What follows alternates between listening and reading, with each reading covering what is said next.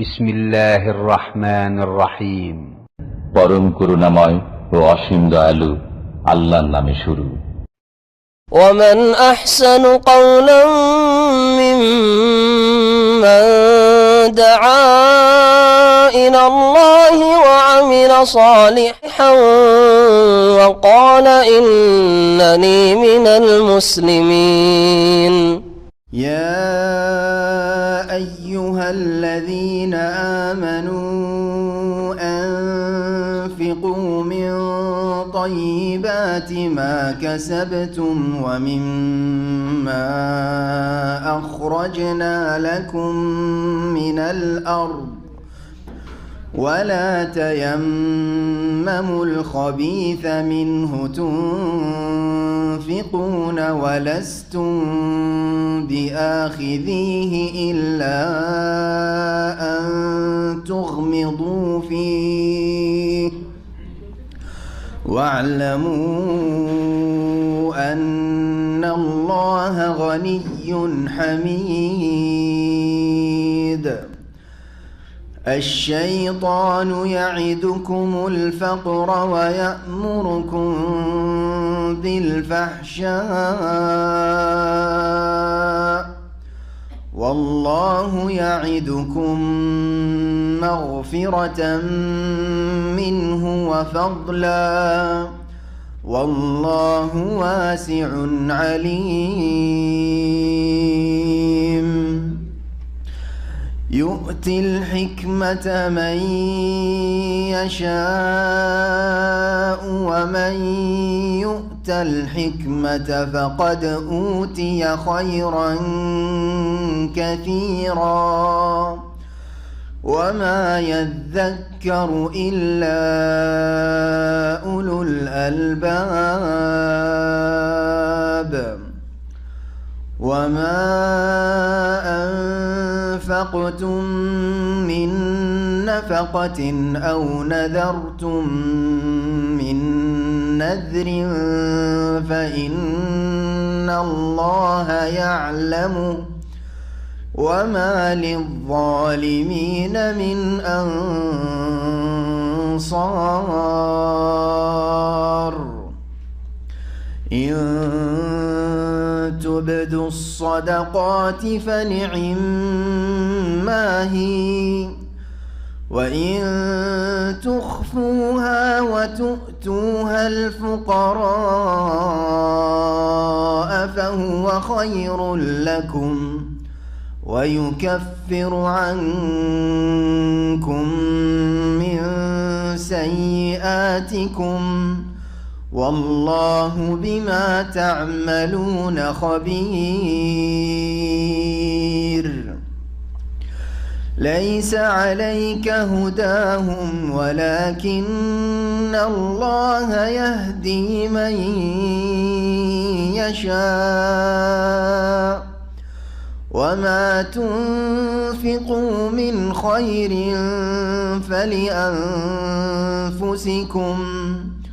وما تنفقون إلا ابتغاء وجه الله وما تنفقوا من خير يوفى إليكم وأنتم لا تظلمون. للفقراء الذين أحصروا في سبيل الله لا يستطيعون ضربا في الأرض يحسبهم الجاهل أغنياء من التعفف تعرفهم بسيماهم لا يسألون الناس إلحافا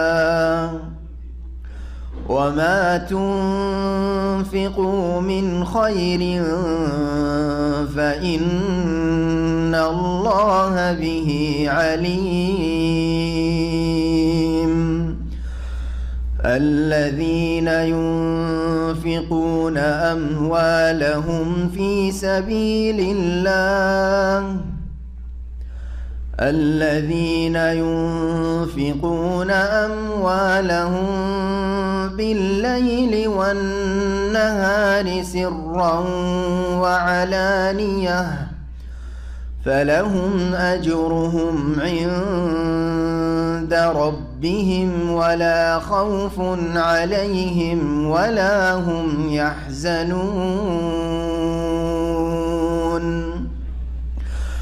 الذين يأكلون الربا لا يقومون إلا كما يقوم الذي يتخبطه الشيطان من المس ذلك بأنهم قالوا إنما البيع مثل الربا وأحل الله البيع وحرم الربا فمن جاءه موعظة من ربه فانتهى فله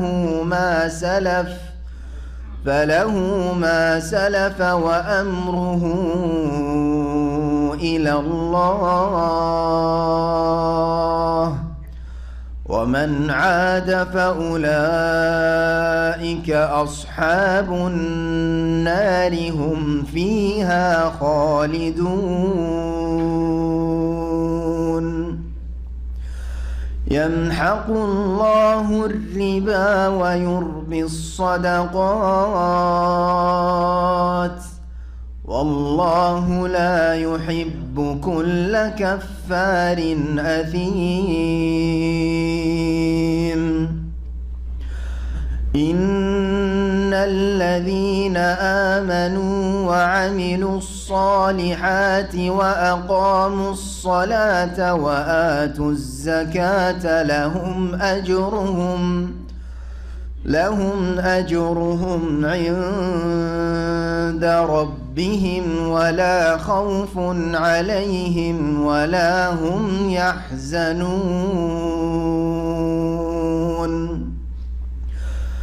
يا أيها الذين آمنوا اتقوا الله وذروا ما بقي من الربا إن كنتم مؤمنين فإن لم تفعلوا فأذنوا بحرب من الله ورسوله وإن تبتم فلكم رؤوس أموالكم لا تظلمون ولا تظلمون وإن كان ذو عسرة فنظرة إلى ميسرة وأن تصدقوا خير لكم إن كنتم تعلمون واتقوا يوما ترجعون فيه إلى الله ثم توفى كل نفس ما كسبت وهم لا يظلمون. عليكم ورحمة الله وبركاته. بسم الله الرحمن الرحيم. الحمد لله رب العالمين والصلاة والسلام على سيد المرسلين نبينا محمد وعلى آله وصحبه أجمعين. أما بعد، فأعوذ بالله من الشيطان الرجيم. يا أيها الذين آمنوا أنفقوا من طيبات ما كسبتم ومما أخرجنا لكم من الأرض ولا تيمموا الخبيث منه تنفقون ولستم بآخذيه إلا أن تغمزوا فيه ওয়ালামু আন্নাল্লাহ গানিউন হামিদ। মহান আল্লাহর সমস্ত প্রশংসা যে আল্লাহ রাব্বুল আলামিন আমাদেরকে হালাল রিজিক দান করেছেন, আলহামদুলিল্লাহ। সেই মহান আল্লাহর সমস্ত প্রশংসা যে আল্লাহ রাব্বুল আলামিন হালাল রিজিক থেকেই তার সন্তুষ্টির জন্য খরচ করতে বলেছেন।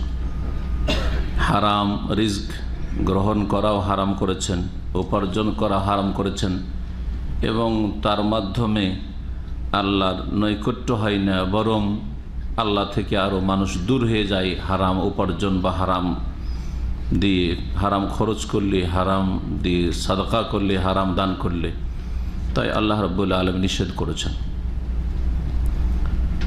আল্লাহ রাব্বুল আলামিন আরও উৎসাহিত করেছেন হালাল রিজিকের মধ্যে যেটা উন্নত মানের, ভালো, যেটা নিজের জন্য পছন্দ করেন সেটা দান খায়রাত করার চেষ্টা করবেন, যাতে করে আপনার ইখলাস, আন্তরিকতার প্রমাণ পাওয়া যায় এবং তাতে আপনার সওয়াব, প্রতিদানও বৃদ্ধি হয়। আর যদি যেটা উচ্ছিষ্ট, যেটা পরিত্যক্ত, আপনি খাবেন না, আপনার পরিবার ছেলেমেয়েরা কেউ ব্যবহার করবে না, শুধু সেটাই দান করেন, তাহলে তাতে তেমন সওয়াব হয় না, কারণ তাতে ইখলাসের বড় ত্রুটি রয়েছে। আমাদের আজকে তাফসির হবে সূরাতুল বাকারার আয়াত নম্বর 267 থেকে, পর্ব নম্বর হচ্ছে 24।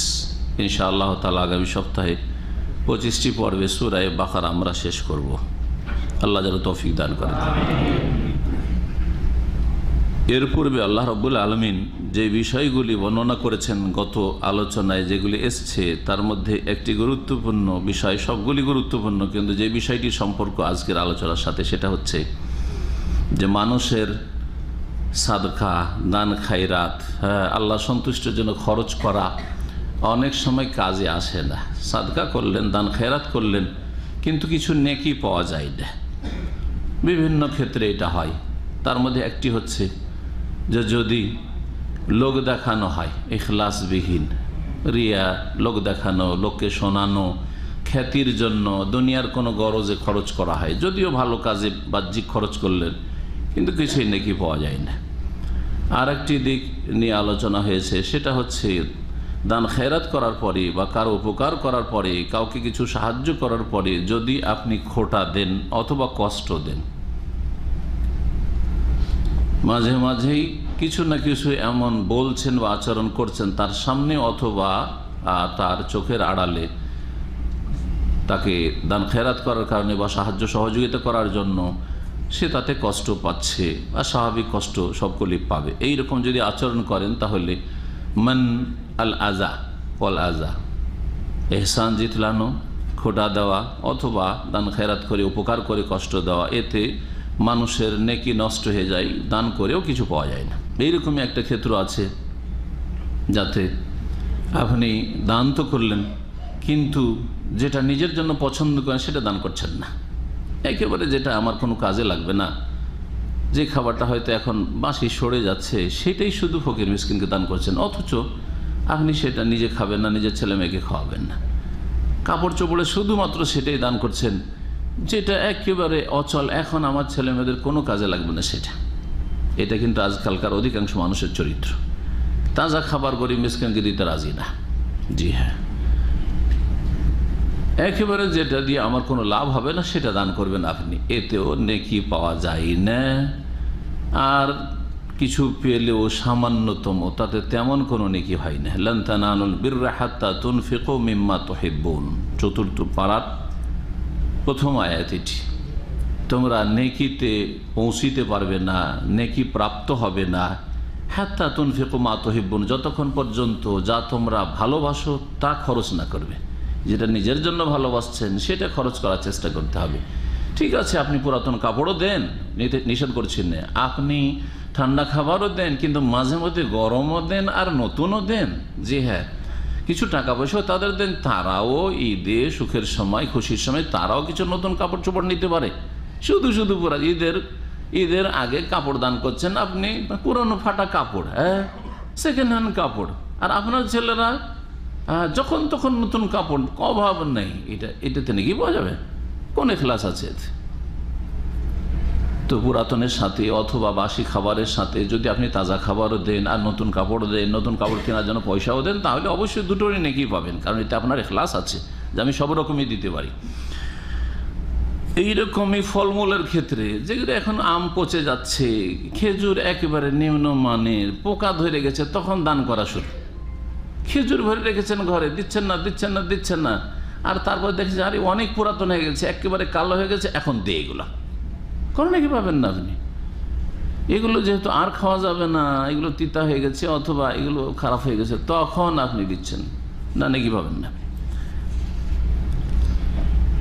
এইরকমই নেকি পাবেন না। আরেকটি ক্ষেত্র না বললে অসম্পূর্ণ থাকবে, সেটা হচ্ছে যদি হারাম উপার্জন, আপনার সুদের টাকা, ঘুষের টাকা, আপনার হুক্কার দোকানের ইনকাম, আপনার বিড়ি সিগারেটের ইনকাম, আপনার গাঁজার হিরোইনের ইনকাম, এইরকমই আপনার হারাম ব্যবসা বাণিজ্যের ইনকাম, আর আপনি সবের কাজে, মসজিদে, মাদ্রাসায়, এতিমখানায় আর দিনের দাওয়াতে খরচ করছেন বড়ই সবের আশায়। না, হারাম দিয়ে আল্লাহর সান্নিধ্য লাভ হয় না।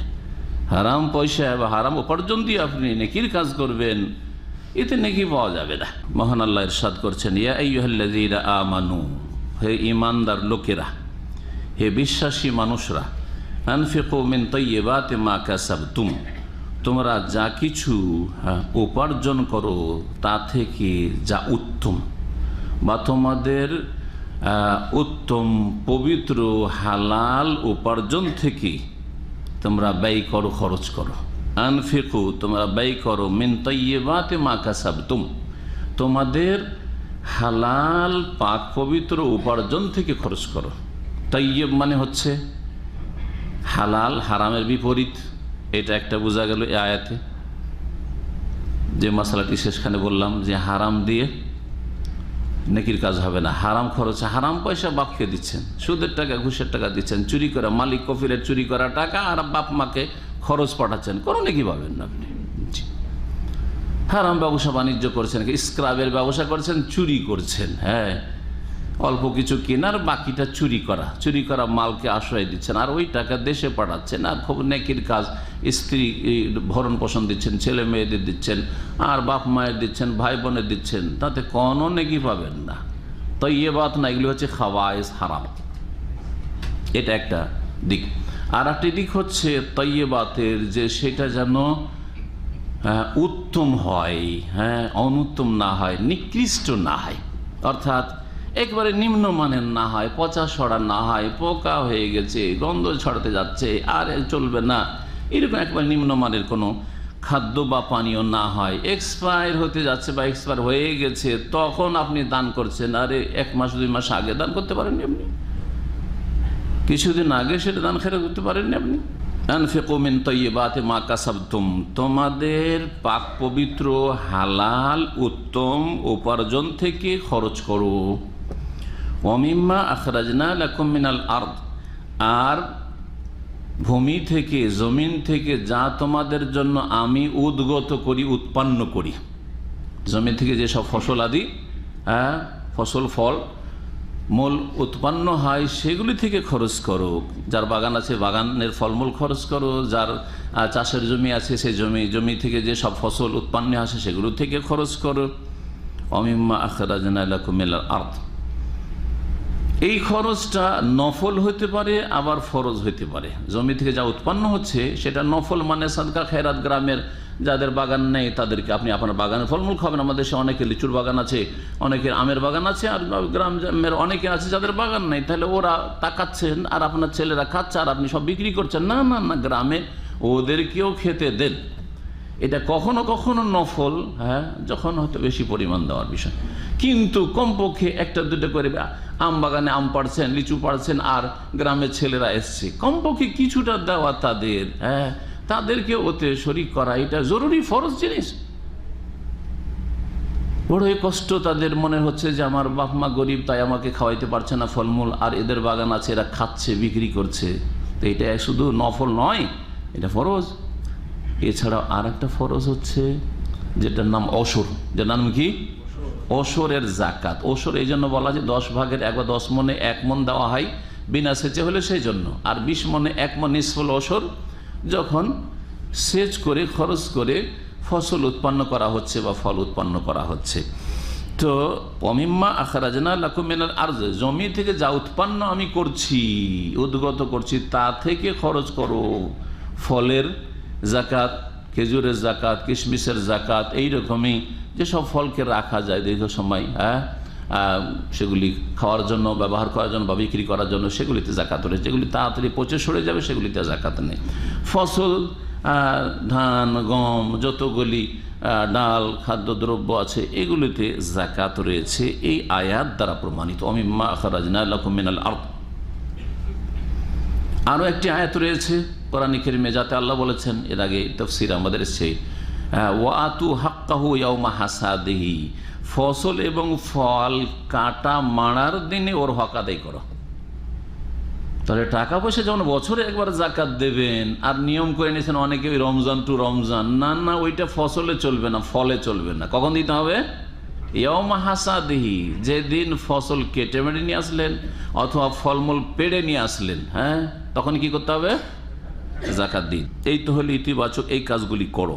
ওয়ালা তায়াম্মামুল খাবিসা মিনহু তুনফিকুন, আর তোমরা নিকৃষ্ট বস্তু দান করার উদ্দেশ্য করিও না, দান করার সংকল্প নিয়ত করিও না। যে মিনহু তুনফিকুন, শুধু নিকৃষ্ট বস্তু, খবিস যেটা একবারে অচল, যেটা আমার পরিবারের কাজে লাগবে না, ওইটা শুধু দান করবো, এটা চলবে না, এটা করবে না, আল্লাহ নিষেধ করছেন। ওয়ালা তায়াম্মাম, তায়াম্মুম মানে হচ্ছে কি বললাম? উদ্দেশ্য করা। তায়াম্মুম মানে উদ্দেশ্য করা। একটি এখানে ওয়ালা তায়াম্মামু আল্লাহ ব্যবহার, ওয়ালা তাকসুদু এর অর্থ। এই জন্য যারা এই শরীয়তের যে তায়াম্মুমের বিধান রয়েছে, তায়াম্মুমের বিধান, উজুর বিকল্প হচ্ছে তায়াম্মুম, যেমন পানির বিকল্প হচ্ছে মাটি, জি, পানির বিকল্প মাটি, আর উজুর বিকল্প হচ্ছে বা গোসলের বিকল্প হচ্ছে গোসল বা উজু কেউ করতে পারছে না আর জরুরি তার জন্য পবিত্রতা অর্জন করা, তখন কি করবে? তায়াম্মুম করবে। তো এই তায়াম্মুমের শাব্দিক অর্থ হচ্ছে উদ্দেশ্য করা। শরীয়তের এটি টার্ম, এটি ইসলামে এই তায়াম্মুমের বিধান এসছে, তার আগে তায়াম্মুমের বিধান ছিল না। তো তায়াম্মুমকে তায়াম্মুম কেন বলা হয়? কারণ মাটির দিকে উদ্দেশ্য করা হয়। হ্যাঁ, আল কাসদু ইলা সাইদি তাইয়্যিব, পাক মাটিকে উদ্দেশ্য করে তাতে হাত মারা, আর তারপরে সেই 2 হাত কি করা?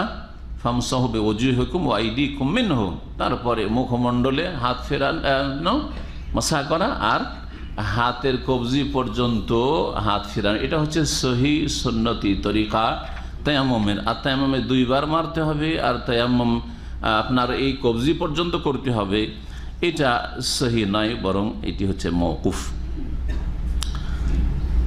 তো যাই হোক, তায়াম্মুম শব্দটি আসলে সেই জন্য, তায়াম্মুমের শাব্দিক অর্থ কি?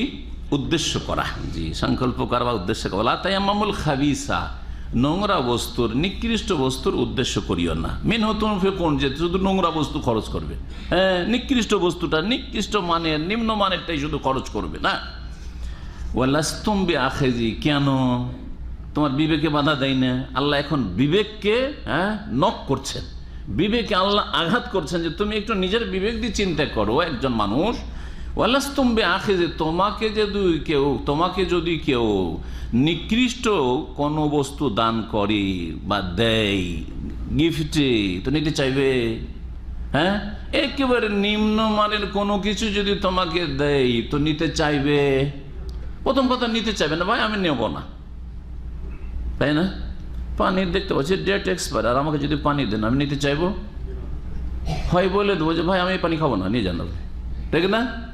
আর যদি খুব বেশি করি তো চক্ষু লজ্জা একটা আছে, চক্ষু লজ্জা হয়তো নিয়ে নেবো, কিন্তু পিপাসা লাগলেই পানি খাবো না, ঠিক না? জুস এক্সপায়ার, আমাকে যতই প্রয়োজন হোক, যতই খিদা লাগ, আমি খাবো না, ঠিক না? হ্যাঁ, আল্লাহ তাই বলছেন, ওয়ালাস্তুম বিআখিজিহি, তোমরা সেই নিম্নমানের জিনিসটা বা যেটা নিকৃষ্ট বস্তু সেটা নেবে না, তোমরা সেটা তোমরা কখনো নেবে না। ইল্লা আন তুগমিযু ফীহি, তবে যদি এই ক্ষেত্রে চক্ষু লজ্জা করো।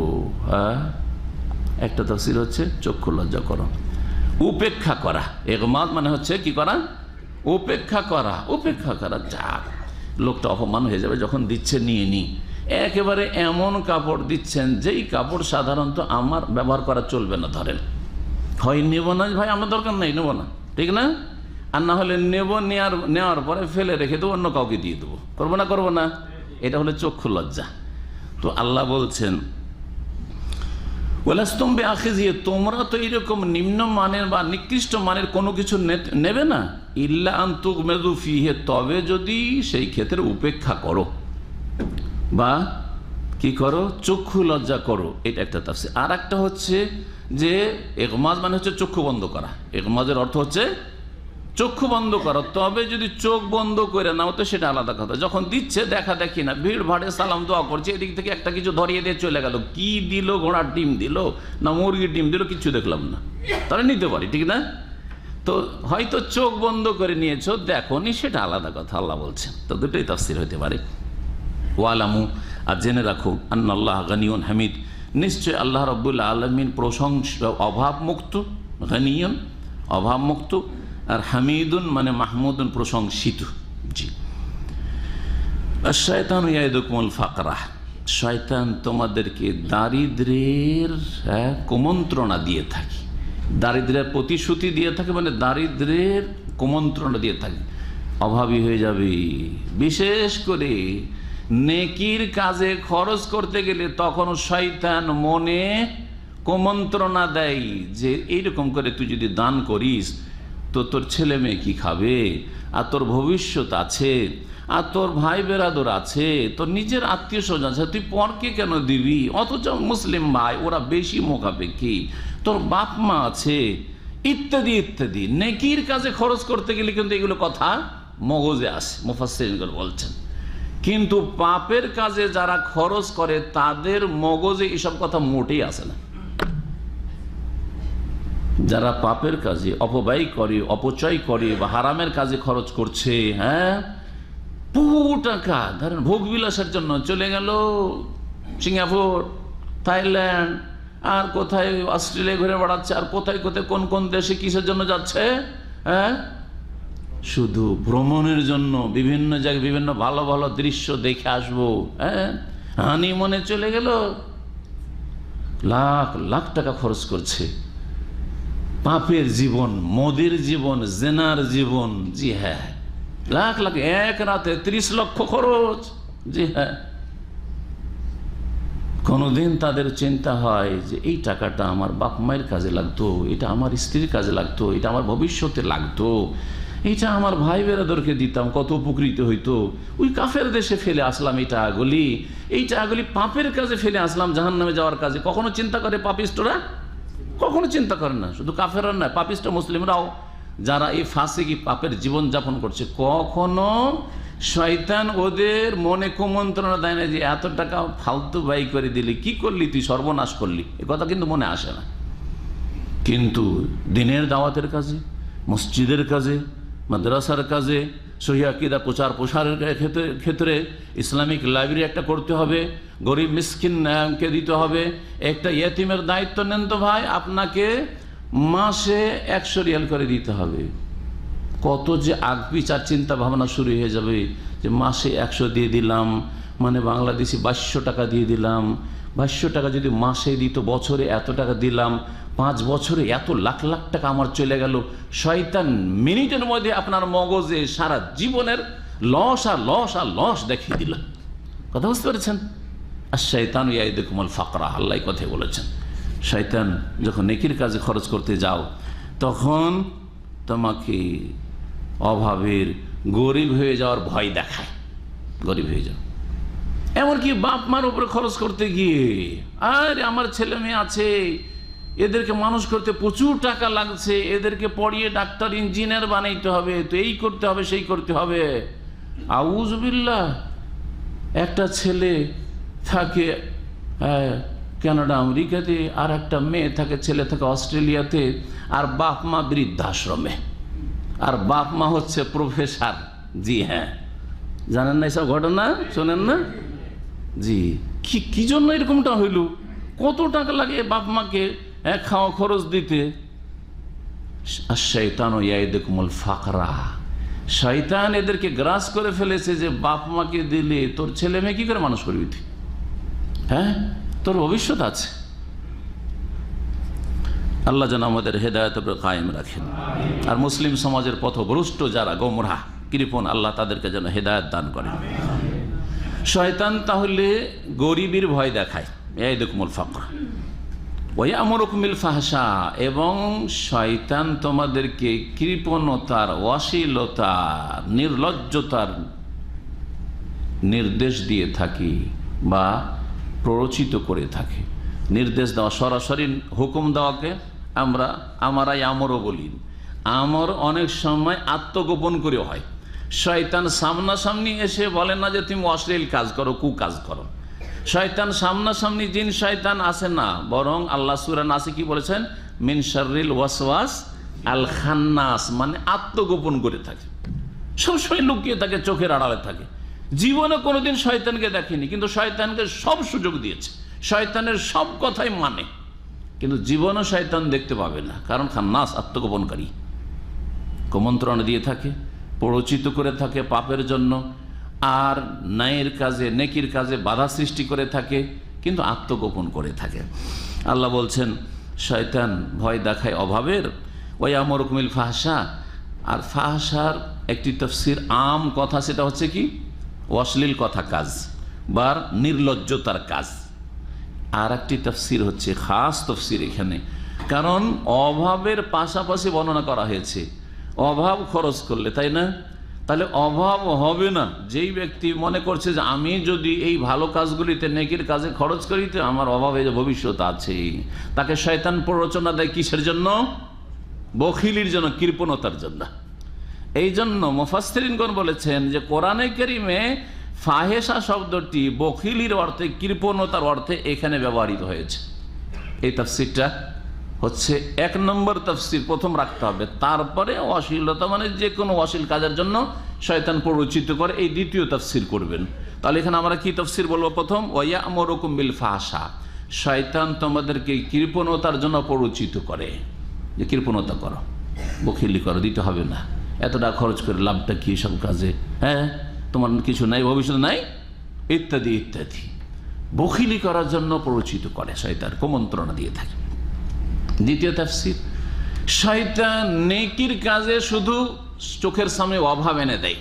তো নেকির কাজে খরচ করবি, নেকি তো আর বলে না, বলে এই সব কাজে যখনই নেকির ক্ষেত্র আছে তখন এইভাবে শয়তান কুমন্ত্রণা দেয় যে তুই এই সব কাজে খরচ করবি, অভাবী হয়ে যাবে।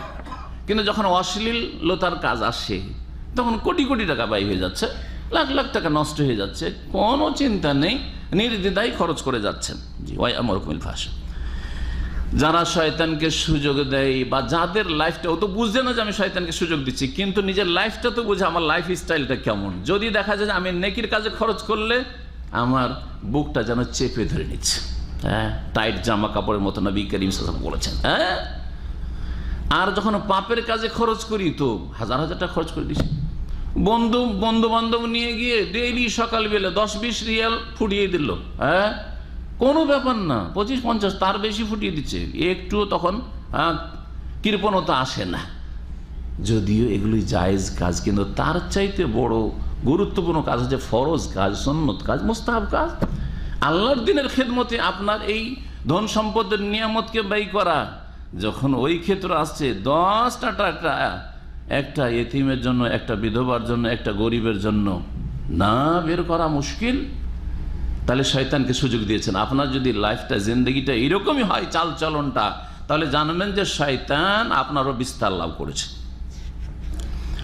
ওয়াল্লাহু ইয়াইদুকুম মাগফিরাতাম মিনহু ওয়া ফাদলা, অথচ আল্লাহ তোমাদের সাথে প্রতিশ্রুতি করছেন, ওয়াদা দিচ্ছেন কিসের?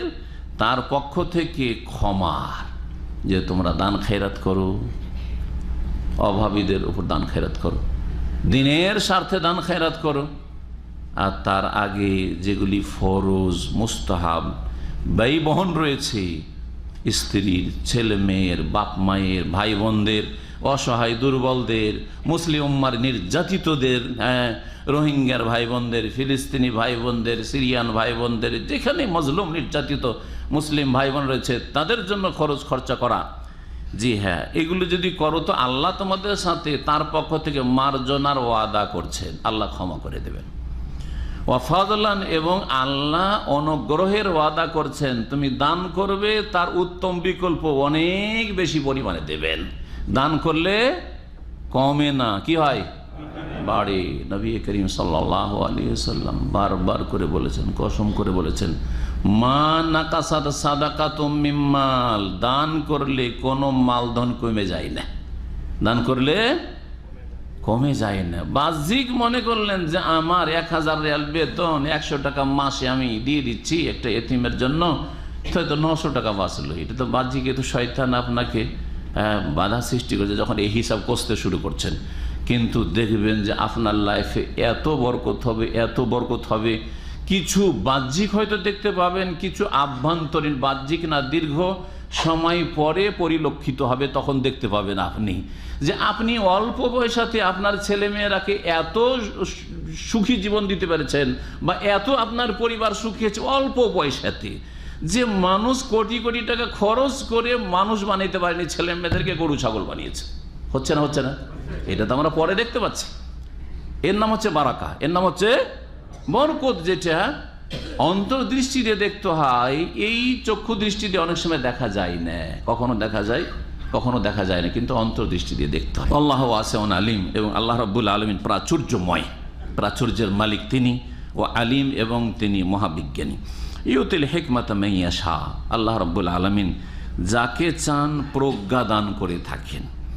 অমাইয়ুতিল হিকমাতা, অমাইয়ুতাল হিকমাতা, আর যাকে প্রজ্ঞা দেওয়া হইল, হিকমত দেওয়া হইল, কোরআন সুন্নাহর জ্ঞান দেওয়া হইল, ফাকাদ উতিয়া খাইরান কাসীরা, তাকে মহাসম্পদ দেওয়া হইল। তাকে কি দেওয়া হইল? মহাসম্পদ দেওয়া হইল। ওমা ইয়াযাক্কারু ইল্লা উলুল আলবাব, আর জ্ঞানীরা ছাড়া কেউ ভালো উপদেশ নিতে পারে না। ইয়াযাক্কারু আসলে ছিল ইয়াতাযাক্কারু। ওমা ইয়াযাক্কারু ইল্লা উলুল আলবাব, জ্ঞানবানরা ছাড়া কেউ উপদেশ নিতে পারে না। এই আয়াত আল্লাহ রাব্বুল আলামিন হিকমার কথা বলেছেন। এই আয়াত সম্পর্কে বলি, তার আগে যে আয়াতটি বললাম, সেই আয়াত যে নাজিল হয়েছিল এই সম্পর্কেও তাফসীর থেকে কিছু কথা বলি। মুফাসসিরিনগণ বলেছেন, বারা বিন আযিব রাদিয়াল্লাহু তাআলা আনহু থেকে বর্ণিত, যে আয়াতটি প্রথম আমরা তাফসীর করলাম, আনসারি কিছু লোক সম্পর্কে নাজিল হয়, মানে শানে নজুল। বলছেন নাযালাত ফিল আনসার, কানাতিল আনসার ইযা কানা আইয়ামে জুজাজিন নাখলে আখরাজাত মিন হাইতানিহা আকনাল বুসরি ফাআল্লাকুহু আলা হাবলিন বাইনাল উসতুয়ানাতাইন ফি মসজিদে রাসূলিল্লাহ সাল্লাল্লাহু আলাইহি ওয়াসাল্লাম ফায়াকুল ফুকারাউল মুহাজিরিন মিনহু ফায়ামিদুর রাজুলু মিনহুম ইলাল হাসফি। আনসারীদের খেজুর বাগান ছিল, আর মুহাজিরিনরা সব সর্বহারা, মক্কা থেকে খালি হাতে এসেছেন। কেউ কেউ হয়তো ব্যবসা বাণিজ্য করে, কারণ ব্যবসা বাণিজ্য অনেকে বুঝতেন, বাড়িঘর মোটামুটি করে নিয়েছে হয়তো, কিন্তু অধিকাংশ লোকের কি ছিল না, প্রথম দিকে বাড়িঘরই ছিল না। এমনকি কিছু লোক শেষ জীবন পর্যন্ত তাদের বাড়িঘরই ছিল না, তারা আসহাবে সুফা।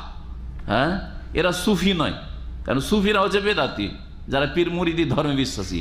আর সুফা মানে একটা জায়গা ছিল তাদের জন্য, বিশেষ জায়গা মসজিদের মধ্যে, সেই জায়গাতে তারা বসতেন, যেটাকে বলা হয় বৈঠকখানা, যেমন আমাদের হয়, ওই রকম একটা তাদের উঠা বসার জন্য একটা খাস জায়গা ছিল। এই ওখানে তারা বসতেন, সেজন্য তাদেরকে বলা হতো আসহাবে সুফা, সর্বহারা। ওখানে তারা সারা দিন কাটাইতো, আর ওখানে তারা রাত কাটাইতো, রাত্রে ওখানে ঘুমাইতো। আর দিনে যখন নবী করিম সাল্লাল্লাহু আলাইহি ওয়াসাল্লামের দিনের আলোচনা মসজিদ নববীতে চলতো, তখন তারা দার্সে হাজির হয়ে বেশি বেশি দিন শিখতেন। তাদের শীর্ষস্থানীয় হচ্ছেন আবু হুরায়রা রাদিয়াল্লাহু তাআলা আনহু, মাত্র 3 বছরের জন্য সবচেয়ে বেশি হাদিস তার মুখস্থ, কারণ সবসময় 24 ঘন্টা মসজিদে তিনি। অন্যরা তো কিছুক্ষণ থাকে, কিছুক্ষণ থাকতে পায় না, হয়তো কাজ করে ব্যস্ত, উনি সবসময় ওখানে থাকতেন। এদের খাবার দাবার ব্যবস্থা, আনসারীরা তখন নিজের বাগান থেকে খেজুর আপনার যে গোছা, সেই বা কান্দি, কি বলেন আপনারা ওটাকে, কান্দি কেটে নিয়ে এসে মসজিদে নববীতে লটকে দিত। যার যখন দরকার ওখান থেকে খেজুর পড়ে খেয়ে নিবে, আর পানি টানির ব্যবস্থা হয়তো হচ্ছে, একটু পানি খেয়ে নিবে। এই খেজুর খেয়েই দিনের পর দিন পার হয়ে যেত, মাস পার হয়ে যেত, বছর পার হয়ে যেত। এই ছিল তাদের জীবন। কিছু লোকেরা ওর মধ্যে দেখতো যে বাগানের যেগুলো একেবারে নিম্নমানের খেজুর, যেই খেজুরগুলো বাজারে বিক্রি করলে পয়সা হবে না বেশি, আর বাড়িতে ছেলেমেয়েরা খাবে না, ওই খেজুরগুলো নিয়ে এসে লটকে দিত। আল্লাহ বললেন না, এটা চলবে না, এটা করিও না, ভালোটাই দান করার চেষ্টা করো। হ্যাঁ, আর শুধু শুধু ওই নিম্নমানেরটা না, কিছু নিম্নমানের আছে, কিছু ভালো আছে, তাহলে সেটা আলাদা কথা, যেমন বললাম একটু আগে। তাই বলছেন যে ফোকারায়ে মুহাজিরিনদের জন্য তারা রশি দিয়ে লটকে দিত ওই খেজুরের কাঁদিগুলোকে। খেজুর খেতে থাকতেন সাহাবাই কেরাম, যারা আসহাবে সুফার ছিলেন বা গরিব মানুষ ছিলেন মসজিদে নববীতে। ওর মধ্যে কিছু লোকেরা ফায়ামেদুর রাজুল মিনহুম ইলাল হাসফি, একেবারে নিম্নমানের খেজুর যেগুলো তো হয়তো পোকা হয়ে গেছে, সেইগুলি এনে দিত। ফায়ুদখিলু ফি আখনাইল বুসরে, ভালো খেজুরের মধ্যে ঢুকিয়ে দিত। কেজন্য আন্না জালিকা জায়েজ, প্রথম দিকে ওরা মনে করতো যে এটা জায়েজ আছে, অসুবিধা কি, একেবারে ফেলে দেওয়া নষ্ট করার চাইতে ভালো খেজুরের মধ্যে ঢুকিয়ে দিলাম। কেউ ভালো খেজুর 5টা খেলো 10টা খেলো, ওর মধ্যে এগুলো খেজুরও খেয়ে নিল। নিয়তটা তাদের খারাপ ছিল না, কারণ সাহাবায়ে কেরাম তারা রাদিয়াল্লাহু আনহুম মনে করতেন যেটা জায়েজ আছে, ভালোটাও দিলাম, নরমটাও দিলাম, গরমটাও দিলাম। ফাআনজালাল্লাহু ফিমান ফাআলা যালিক, আল্লাহ নাজিল করে দেয় ওয়ালা তায়াম্মামুল খাবিসা মিনহু তুনফিকুনা ওয়া লাস্তুম বিআখিযিহি ইল্লা আন তুগমিযু ফিহি।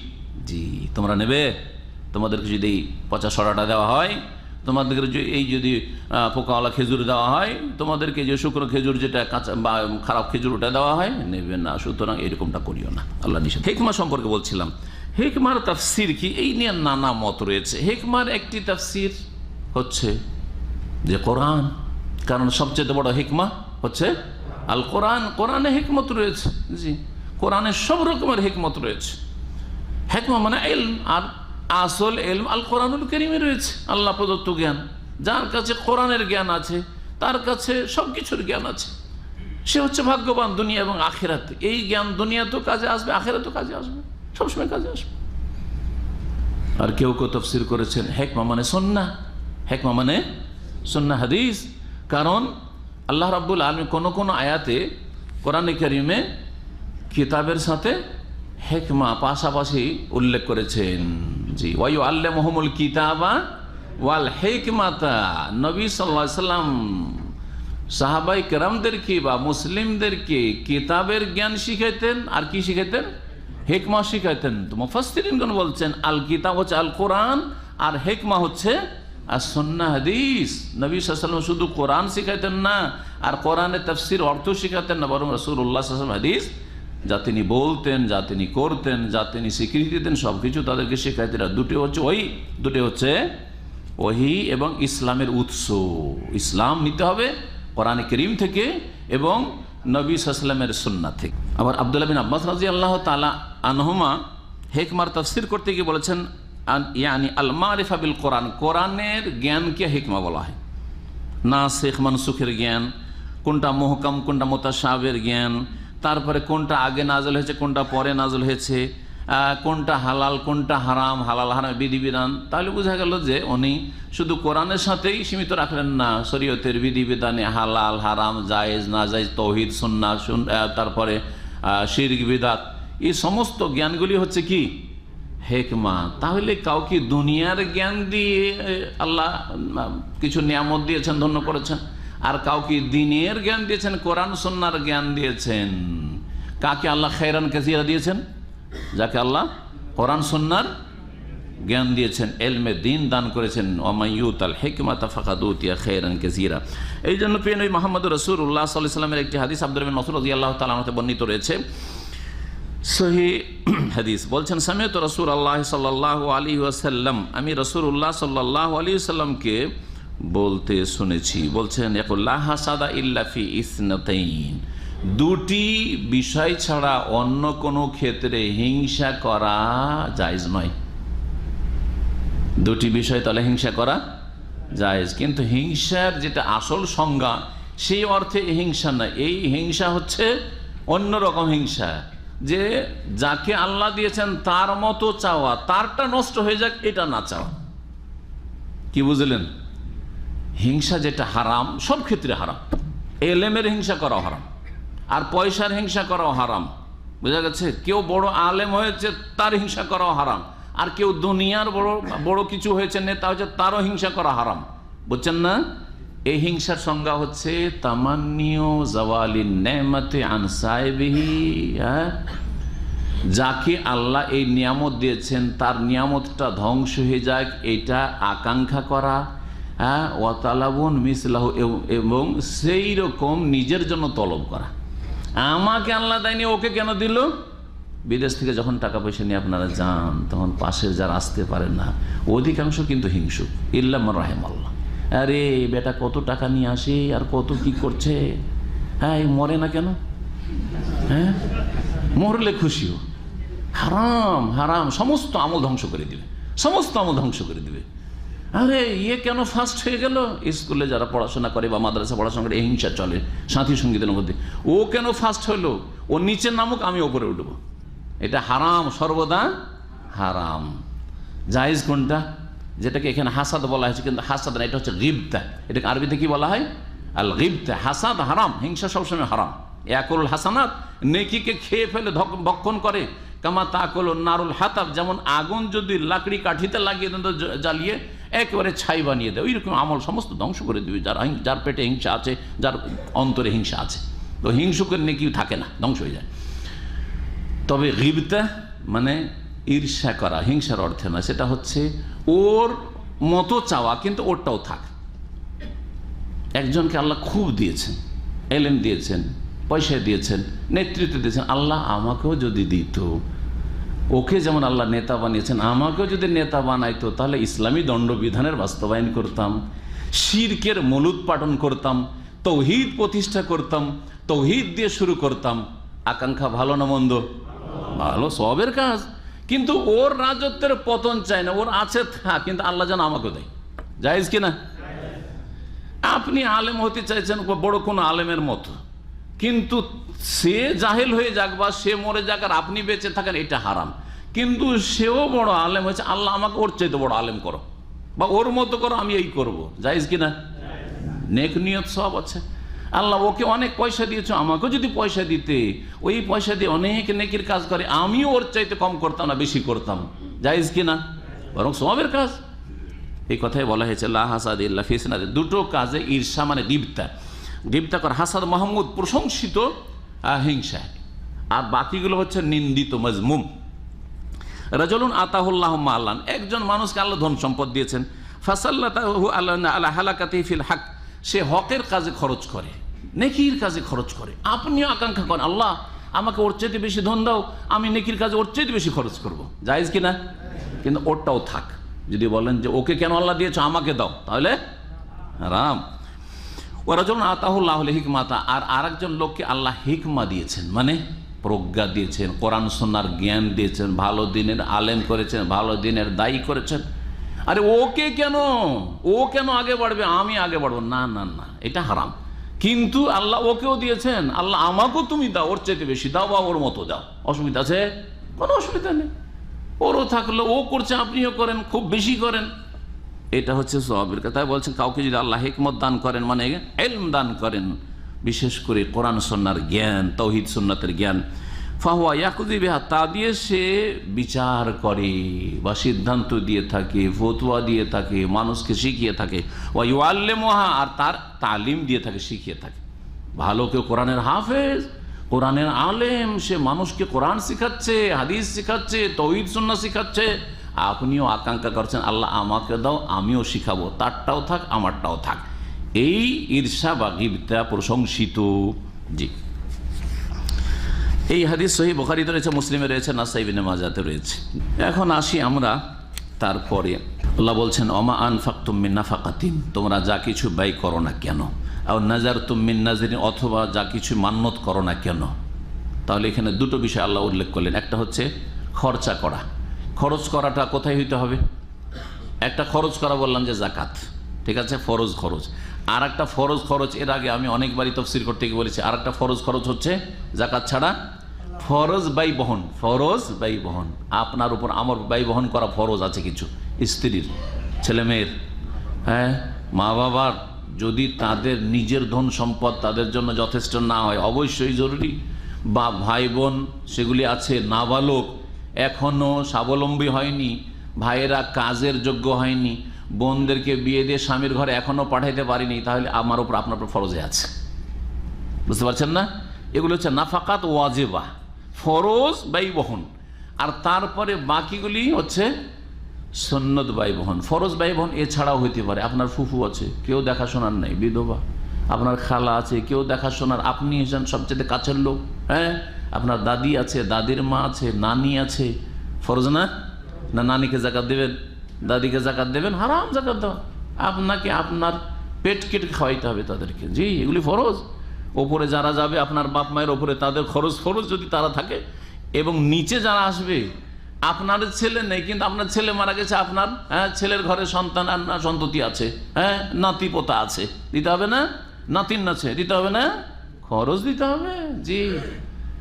আপনার মেয়ে মারা গেছে, আর তারপরে আপনার মেয়ের ছেলে মেয়ে আছে, আর সেই সব ছেলে মেয়ের বাপ অন্য জায়গায় বিয়ে করে ওই ছেলে মেয়েগুলোকে দেখে না, জাকাত দিবেন না?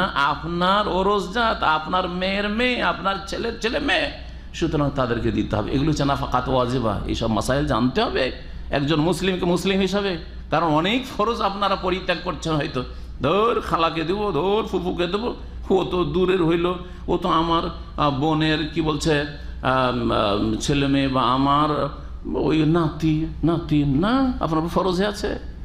তাদের দেখাশোনার জন্য আপনার চাইতে বেশি কাছের কেউ নেই। যা কিছু তোমরা খরচ করবে, আও নাযারতুম মিন নাযরিন, অথবা যা কিছু মান্নত করবে। তাহলে মান্নত করা হচ্ছে শরীয়তের একটি বিধান, ইবাদত।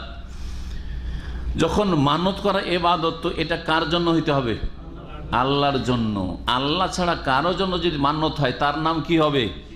শিরক হবে। সুতরাং কেউ যদি মান্নত করে যে আমি যদি বিদেশে চলে যাই, বা আমার ছেলেটা যদি মেডিকেলে চান্স পেয়ে যায়, পরীক্ষায় পাশ করে নেয়, তাহলে আমি শাহজালাল মাজারে 8 রশিতে কি করব? একটা খাসি পাঠাবো, গরু পাঠাবো, একটা চাদর চড়াবো। শিরক কিনা? শিরকি মান্নত। শিরকি মান্নত বুঝলেন এখন? তাহলে এইভাবে বেদাতি মান্নত। কেউ যদি মনে করে যে আমি আমার ছেলেটা যদি এবার পরীক্ষায় ভালো ফলাফল করে পাশ করে যাই, মাধ্যমিকে অমুক তমুকে, তাহলে আমি একটা মিলাদ পড়াবো বাড়িতে। বেদাত কিনা? এই বছর শবে বরাতে একটু বেশি করে হালুয়া রুটি করে খাওয়াবো সবকে। বেদাত কিনা? বেদাতি মান্নত। বোঝা গেছে না? ইত্যাদি ইত্যাদি। হারাম মান্নত, শিরক না বেদাত না, কিন্তু হারাম। আল্লাহর অসন্তুষ্টির কাজে খরচ করা শিরকেও বেদাতেও, আর অন্য আরো ক্ষেত্র আছে হারাম কাজে। যদি আমাদের এই দল আগামী ইলেকশনে পাশ করে যায়, তা আমাদের গ্রামের যতগুলি নেতা মাথা আছে বা কর্মী আছে, তাদেরকে মদ খাওয়াবো। জি, মান্নত না? এটাও মান্নত, কিন্তু হারাম মান্নত, ফাসিকি মান্নত। বোঝা গেছে? 3 রকম হারামের কথা বললাম: শিরকি মান্নত ধর্মের নামে, বেদাতি মান্নত, আর এই ফাসেকদের পাপের মান্নত, এই ফাসিকি মান্নত। কথা বুঝছেন? 3টাই কিন্তু হারাম। কোনটা বড় হারাম? মদ খানোটা বেশি হারাম না? আর মাজারে খাসি জবাই করছেন, ওইটা ছোট হারাম। কিন্তু মদের বিরুদ্ধে তো বলছেন আমাদের দেশের এক শ্রেণীর ইসলামপন্থীরা, জুয়ার বিরুদ্ধে বলছেন, ঠিক কিনা? আর জেনার বিরুদ্ধে বলছেন, মাশাআল্লাহ, খুব ভালোই করছেন, কিন্তু শিরকের বিরুদ্ধে বলছেন না। জি হ্যাঁ, বেদাতের বিরুদ্ধে বলছেন না। কিছু যদি শিরকের বিরুদ্ধে সামান্য মাঝে মধ্যে বলেন, কিন্তু বেদাতের বিরুদ্ধে মুখ খুলছেন না। আরে এত এগুলো বললে হয়? এগুলো বললে দলের লোক কমে যাবে। কথা বোঝা গেছে? না, চলবেন। আগে শিরক বিদাত উৎখাত করতে হবে, কারণ শিরক বিদাত ধর্মের নামে করছে, ধর্মের দোহাই করছে, ধর্মকে ভেঙে খাচ্ছে, ধর্ম ব্যবসা। জি। আর যারা পাপের কাজে আমোদ ফুর্তি করছে, ইলেকশনে পাস করেছে, সেই ধর্মের নাম ব্যবহার করেন না। ওরাকে সবাই চেনে যে এরা ফাসেক। জি। কিন্তু এইসব বেদাতিগুলোকে কেউ চেনে না যে এরা বেদাতি, এই মাজারিগুলোকে কেউ চেনে না, এই পীরপন্থীদেরকে কেউ চেনে না যে এরা বেদাতি। জি, আল্লাহ যেন বুঝার তৌফিক দান করে। মান্নত করতে হবে কমপক্ষে জায়েজ কাজে, আর যদি নেকির কাজে করেন তারও ভালো।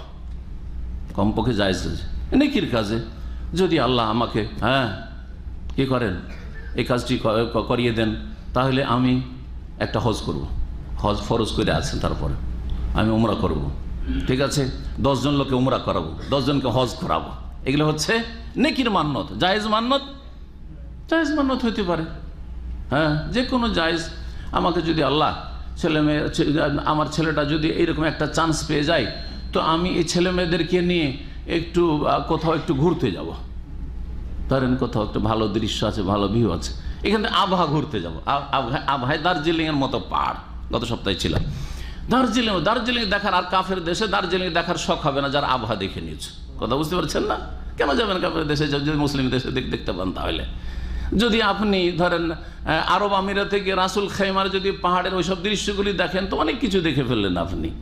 তো যদি আপনি ছেলে মেয়েকে জন্য মানত করেন যে যদি আমার এই কাজটা হয়ে যায়, তো আমি ছেলে মেয়ে পরিবার নিয়ে আমি একটু ওইদিকে একটু বিনোদন করে আসবো, জায়েজ কিনা? জায়েজ, কারণ জায়েজ কাজে মানত করেছে। কমপক্ষে এই জন্য বললাম যে মানতটা কি কাজে হইতে হবে? জায়েজ। যা কিছুই তোমরা ব্যয় করো না কেন, আর যা কিছুই তোমরা মান্যত করো না কেন, ফাইন্নাল্লাহা ইয়ালামুহু, আল্লাহ সব জানছেন, কি নিয়তে কি অন্তর নিয়ে সব করেছে। ওমা লিয-যালিমিনা মিন আনসার, আর জালেমদের কোনো সাহায্যকারী নেই। আর সবচেয়ে বড় জালেম হচ্ছে শিরককারী, তারপরে জালেম হচ্ছে বিদাতি, আর যে কোনো পাপী হচ্ছে জালেম। মানুষ জুলুম করলেও জালেম, আল্লাহর হক নষ্ট করলেও জালেম, আর রাসূল সাল্লাল্লাহু আলাইহি ওয়াসাল্লামের হক নষ্ট করে বেদাত করলেও জালেম, আর বাপ মায়ের হক নষ্ট করলেও জালেম। মহান আল্লাহ বলছেন তারপরে আয়াত নম্বর 271, ইন তুবদু সাদাকাতি ফানি'ম্মা হি ওয়া ইন তুখফুহা ওয়া তুতুহাল ফুকারা ফাহুয়া খায়রুল লাকুম ওয়া ইউকাফিরু আনকুম সাইয়্যাতিকুম আল্লাহু বিমা তা'মালুনা খাবীর। এখানে আল্লাহ রাব্বুল বলছেন দান খায়রাতটা প্রকাশ্যে করলে ভালো না গোপনে করলে ভালো? গোপনে করলে ভালো, কিন্তু প্রকাশ্যে করলে জায়েজ কি না? জায়েজ। সব সময় জায়েজ, কখনো কখনো জায়েজ, আর কখনো আবার না জায়েজ হবে। কখনো আবার প্রকাশ্যে করলেই বেশি নেকি হইতে পারে। এই জন্য সব অবস্থাগুলি সম্পর্কে একটু আপনাকে সচেতন হইতে হবে যে আমি এই পরিস্থিতিতে প্রকাশ্যে দান করলে বেশি ভালো হবে না লুকিয়ে দান করলে বেশি ভালো। আপনাকে এই ক্ষেত্রে দিনের আলোকে, কোরআন সুন্নাহর দলিলের আলোকে চিন্তা করতে হবে। জি, আল্লাহ রাব্বুল দুটোরই প্রশংসা করেছেন, তবে গোপনে দান করাকে বেশি ভালো বলেছেন। জি শোনেন কোন কোন ক্ষেত্রে হয় পরে বলছি, আয়াতের তরজমা তাফসীর করে দিই। আল্লাহ বলছে ইন তুবদু সাদাকাতি, তোমরা দান খায়রাতকে যদি প্রকাশ করো, আবদা ইউবদি মানে জাহির করা, তোমরা যদি দান খায়রাতকে প্রকাশ করো বা প্রকাশ্যে দান খায়রাত করো, ফানি'ম্মা হিয়া, বা আসলে ছিল নি'ম্মা শাইউন হিয়া, তাহলে সেটা হচ্ছে ভালো জিনিস, সেটা হচ্ছে উত্তম ভালো বিষয়। প্রকাশ করলেও কি সেটা ভালো, এর ক্ষেত্রেও বলবো। ওয়াইন তুখফুহা, আর যদি সেটাকে গোপন করো, লুকিয়ে দান করো, ও তুতুহাল ফুকারা, আর দরিদ্রদেরকে গরিবদেরকে প্রদান করো, ফাহুয়া খায়রুল লাকুম, সেটা তোমাদের জন্য অতি উত্তম হবে। খায়রুল লাকুম, খায়র ইসম তাফজিলের অর্থে তোমাদের জন্য সেটা অতি উত্তম হবে। ওয়া ইউকাফিরু আনকুম মিন সাইয়্যাতিকুম, এবং তোমাদের গুনাহগুলি আল্লাহ তোমাদের থেকে মোচন করবেন।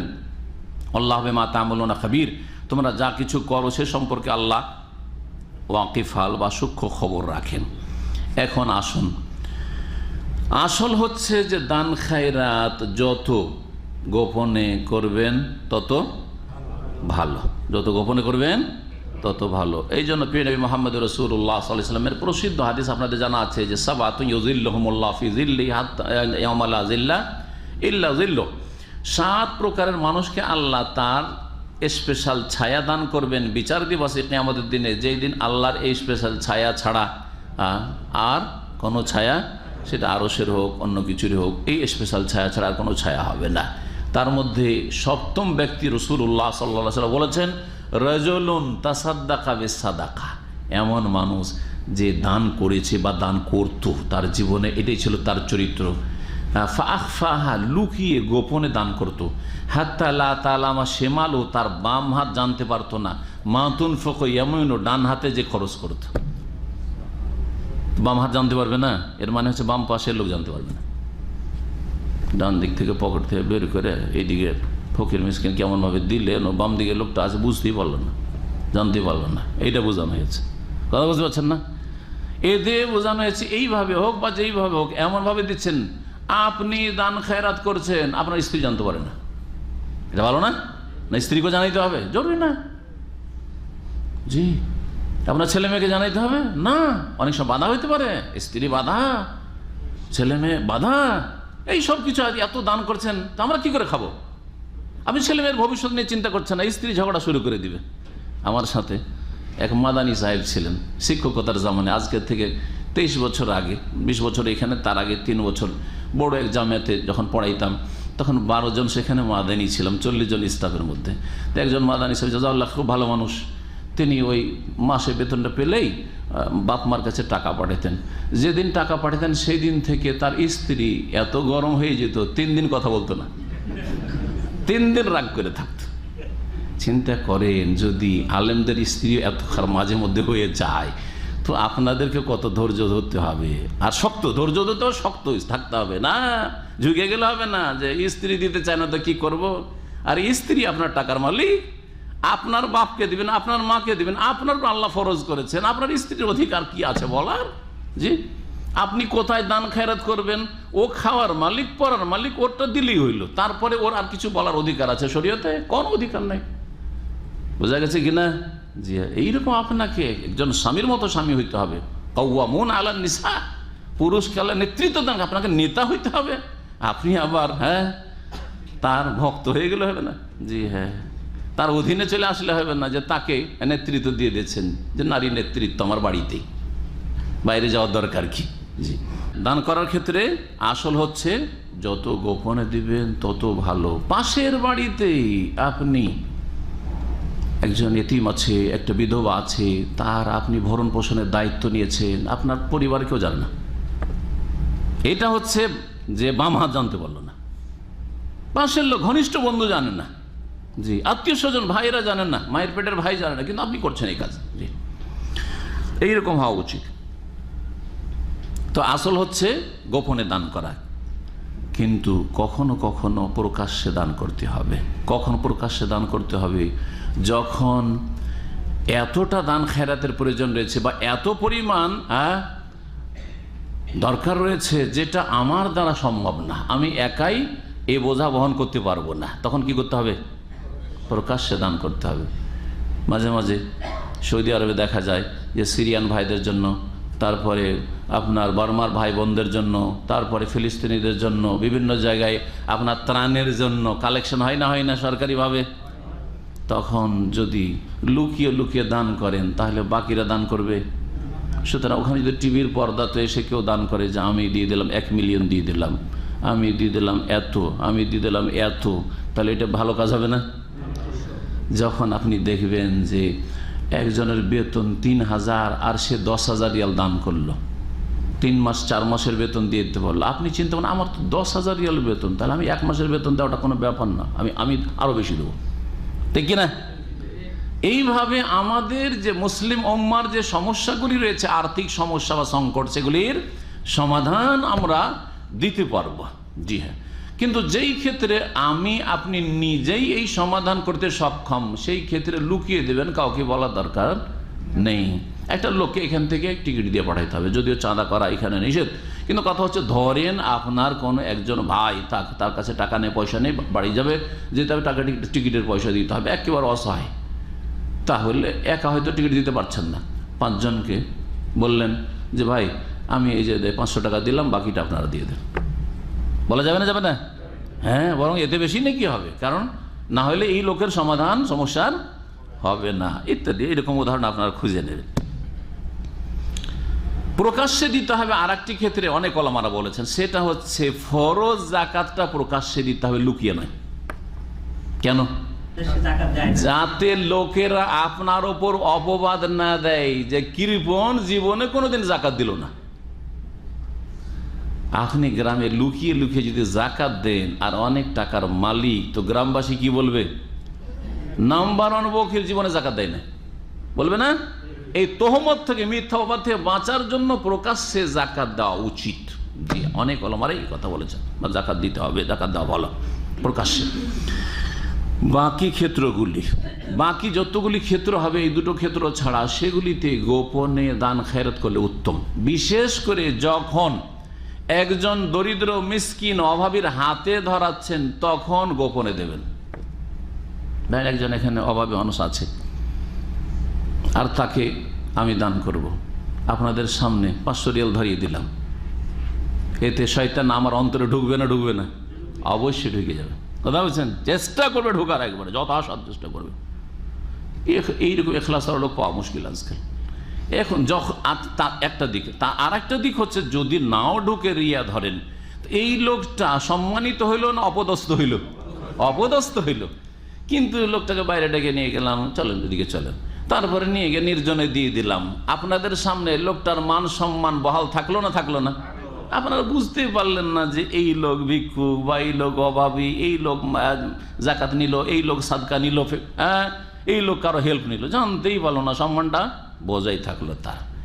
এই জন্য যেখানে কোরআনের আয়াতে লক্ষ্য করুন, কোরআনকে ভালোভাবে বোঝার চেষ্টা করুন, দেখছেন ওয়াইন তুফুহা, আর যদি তোমরা গোপনে দান করো, অতুতু হাল ফোকারা, আর গরিবকে প্রদান করো, তাহলে বুঝো গরিবকে যখন সরাসরি দিতে যাবে তখন লুকিয়ে দেবে।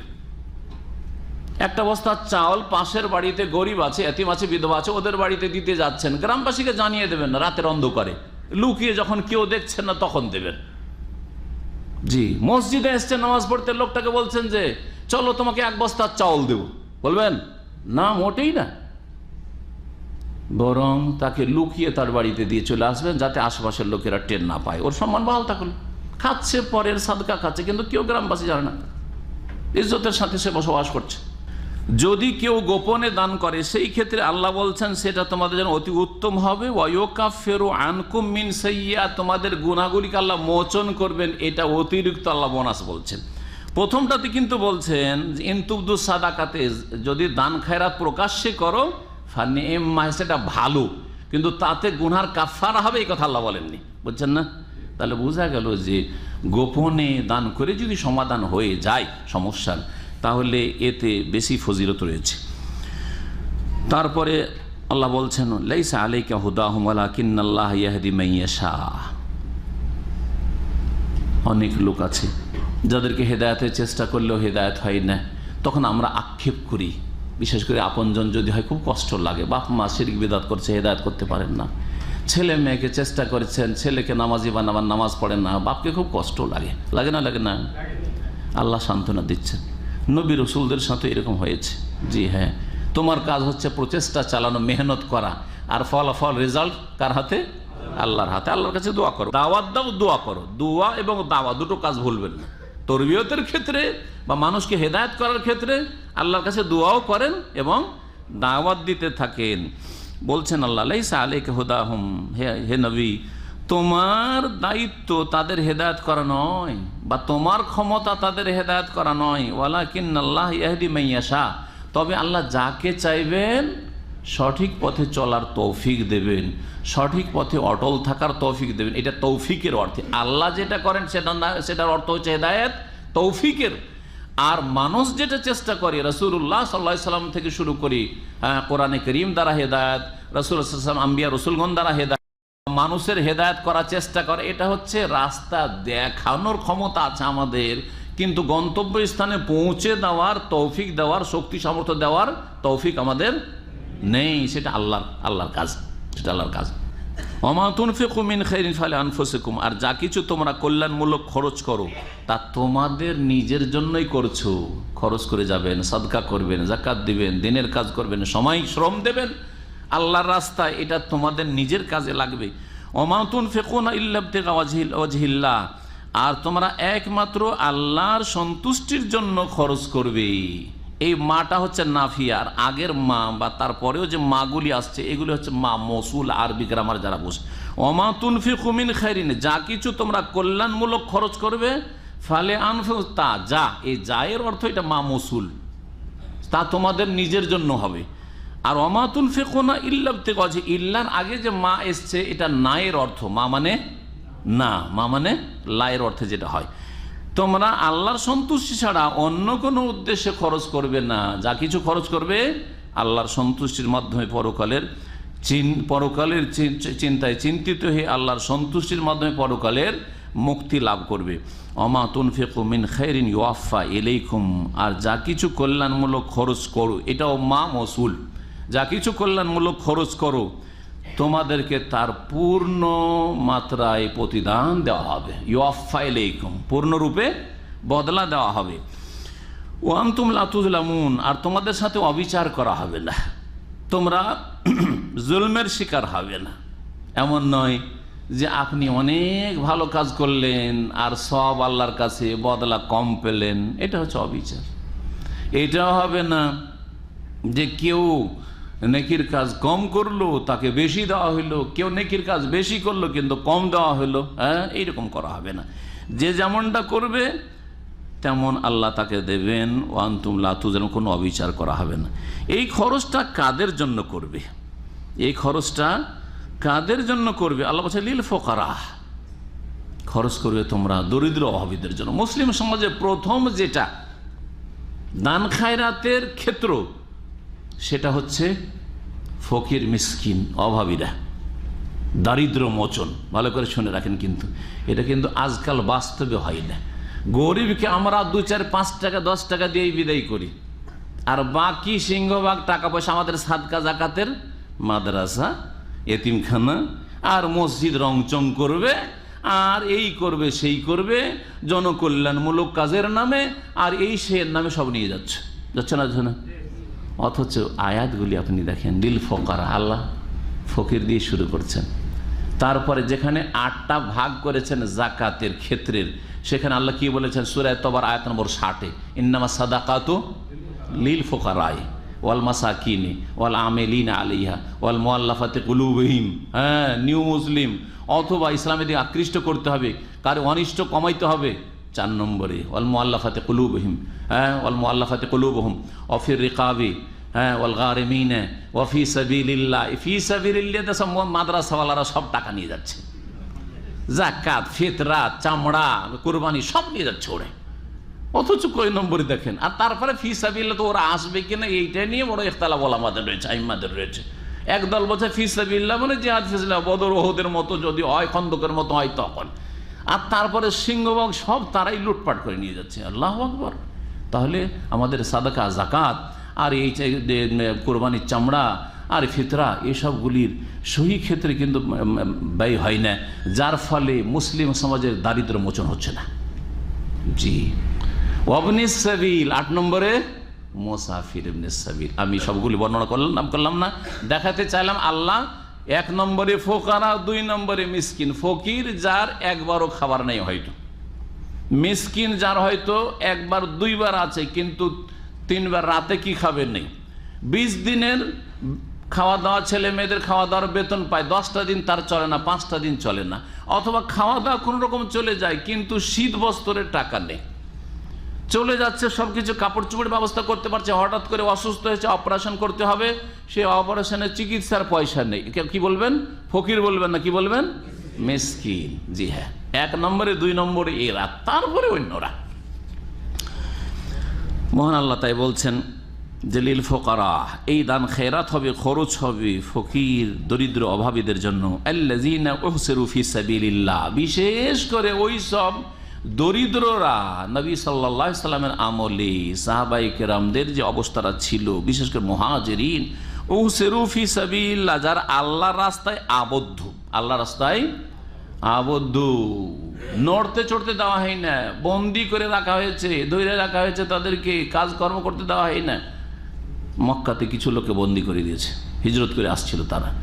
মদিনায় কেউ এসেছে কিন্তু তাদের দেখাশোনার কেউ নেই, সর্বহারা বাড়ি নেই, ঘর নেই, ইনকাম সোর্স নেই, কিচ্ছু নেই। এসছে কিসের জন্য? উহসিরু ফি সাবিল, আল্লাহর রাহে নবী করিম সাল্লাল্লাহু আলাইহি সাল্লামের সাহায্য সহযোগিতা করার জন্য, দ্বীনের খেদমতের জন্য তারা নবী সাল্লাল্লাহু আলাইহি সাল্লাম হিজরত করেছেন, আমরাও হিজরত করব। আর কোনো স্বার্থ তাদের মদিনা আসার ছিল না। উহসিরু ফি সাবিলিল্লাহ, আল্লাহর কাজে আবদ্ধ। এই রকমই যারা নিজের যে সময়টা 8 ঘন্টা 10 ঘন্টায় মানুষ ডিউটি করতে পারে, তার বেশি পারে কি? 8 ঘন্টা 10 ঘন্টা কেউ যদি নিজেকে আবদ্ধ করে কোনো ভালো কাজে, তাহলে আর সে অভাবী, তার নিজের ব্যক্তি ইনকাম সোর্স কিছু নেই, তার ছেলে মেয়ে আছে, তার পেট আছে, তাহলে তারা এর হক রাখে। আল্লাহ ওদের কথা, উহসিরু ফি সাবিলিল্লাহর অন্তর্ভুক্ত তারা। একটা লোককে বলবেন, একটা হাফেজকে বা একটা আলেমকে বলবেন যে আপনি আমাদের মসজিদে 5 ওয়াক্ত নামাজ পড়িয়ে দিবেন। আর 5 টাইমে নামাজ পড়া মানে সে বাইরে আর কোথাও ডিউটি করার সুযোগ নেই। ও যদি ডিউটি করতে বিকাল 4টায় যায় 8 ঘন্টার জন্য, তাহলে কখন আসবে? রাতে 12টায় আসবে তাহলে 8 ঘন্টা, 6 ঘন্টা হলে রাত 10টা, ঠিক কিনা?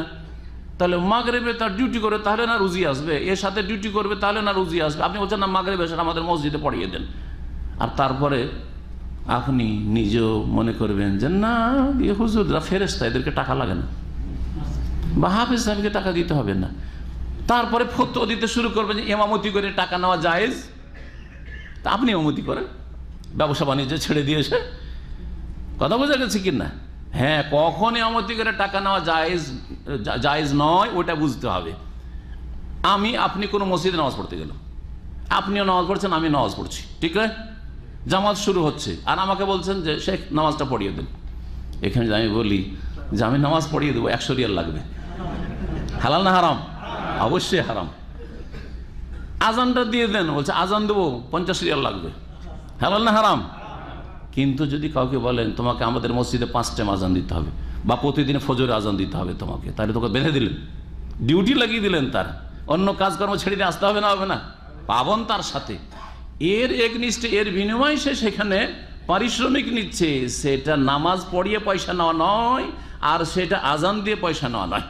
সুতরাং হাদিস পেশ করে দেবেন, একটা হাদিস মুখস্থ করে, ইত্তাখিজ মুআজ্জিনান মান লা ইয়াখুযু আলাইহি আজরান, এমন মুয়াজ্জিন তোমরা নিযুক্ত করো যে কোনো পারিশ্রমিক নেই না। আরে বাবা, তো তার পেটের ব্যবস্থা করো, তার রুজি রোজগার মান্থলি ভাতা তার ব্যবস্থা করে দাও, সে বেতন চাইবে না, কিচ্ছু চাইবে না। বোঝা গেছে কিনা? জি হ্যাঁ, এর নাম ফিকহ। শুধু আপনি একটা হাদিস মুখস্থ করে অনলাইনে আজকাল গুগল শেখ হয়ে যাবেন, আর ফেসবুক শেখ হয়ে যাবেন, আর হোয়াটসঅ্যাপের গ্রুপ শেখ হয়ে যাবেন, আর ফতোয়া দেওয়া শুরু করবেন, এই কাজ হবে না। জি, মহান আল্লাহ বলছেন যে ওই সব দরিদ্রদের জন্য খরচ করবে, আল্লাযীনা উহসিরু ফি সাবিল, যারা আল্লাহর রাস্তায় আবদ্ধ হয়ে রয়েছে, লা ইয়াস্তাতিউনা দারবান ফিল আরদি, তারা বিভিন্ন দেশে বা আল্লাহর জমিনে ভ্রমণ করতে সক্ষম নয়, বন্দি করে রাখা হয়েছে। ভাই, এমনভাবে তারা মানে আবদ্ধ আছে দিনের কাজে যে এদিক সেদিক যেতে পারছে না। যদি চলে যায় তবে এই কাজগুলি, দিনের কাজগুলি ব্যাহত হয়ে যাবে। জি হ্যাঁ, ইয়াহসাবুহুমুল জাহিলু আগনিয়া মিনা তাআফফুফ, আর ওরা কারো কাছে ভদ্রতার খাতিরে, লজ্জার খাতিরে, মান সম্মানের খাতিরে বলেও না যে আমার পকেটে পয়সা নেই, বা আমার পরিবার আছে, আমার খরচ খরচা আছে, কিছু বলেও না, বেতনও চাই না, ডিমান্ডও করে না। জি হ্যাঁ, ডিমান্ড করা ঠিক নয় যে এত টাকা না নিলে এই কাজ করে দেবো না, এত টাকা নিলে আপনাদের মাহফিলে যাবো না, জলসায় যাবো না। এগুলো যারা করছে তারা অবশ্যই ভুল করছে। কথা বোঝা গেছে? কিন্তু আপনি তার একটা যথেষ্ট সময় নেবেন আর বলেন না না না ফিসাবিলিল্লাহ, এটাও চলবে না, এটাও যেমন চলবে না তেমন না, কন্ট্যাক্ট ছাড়া না। মাসলা জিজ্ঞেস করছে, পয়সা দেন, তাহলে মাসলা জায়েজ না? অবশ্যই জায়েজ। বা আমাদেরকে কিছু দিন শিখিয়ে দেন, একটু কোরআন শিখিয়ে দেন, পয়সা ছাড়া কথা নেই। মাসে 100 রিয়াল দিলে কোরআন শিখাবো, না হলে শিখাবো না। না ভাই, অনেকে গরিব আছে, ও হয়তো দিতে পারবে না, অসুবিধা নেই, আল্লাহর সন্তুষ্টির জন্য আপনি কোরআন পড়াইবেন। তো কোরআন পড়া যদি শর্ত লাগিয়ে দেন যে আমাকে পয়সা দিলে টিউশন পড়াবো, কোরআন পড়াবো, না হলে পড়াবো না, তো হারাম।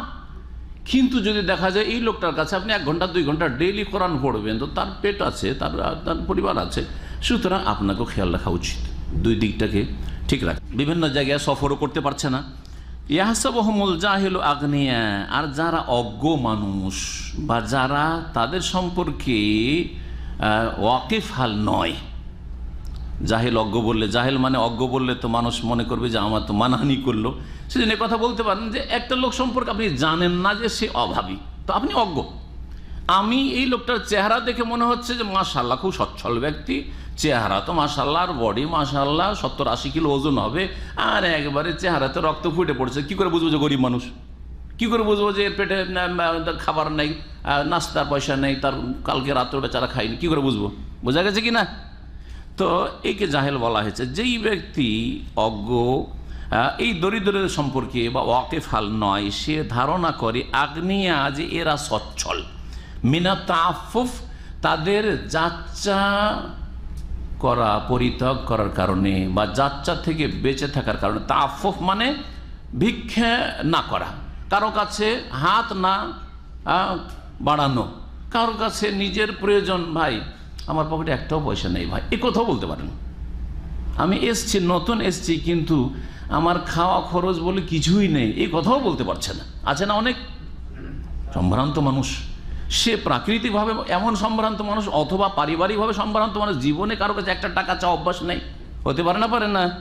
জি হ্যাঁ, এইরকম লোকগুলিকে দিতে হবে তারিফুহুম বিসীমাহুম, তাদের চেহারার লক্ষণ দেখলে তোমরা চিনতে পারবে বা তুমি চিনতে পারবে।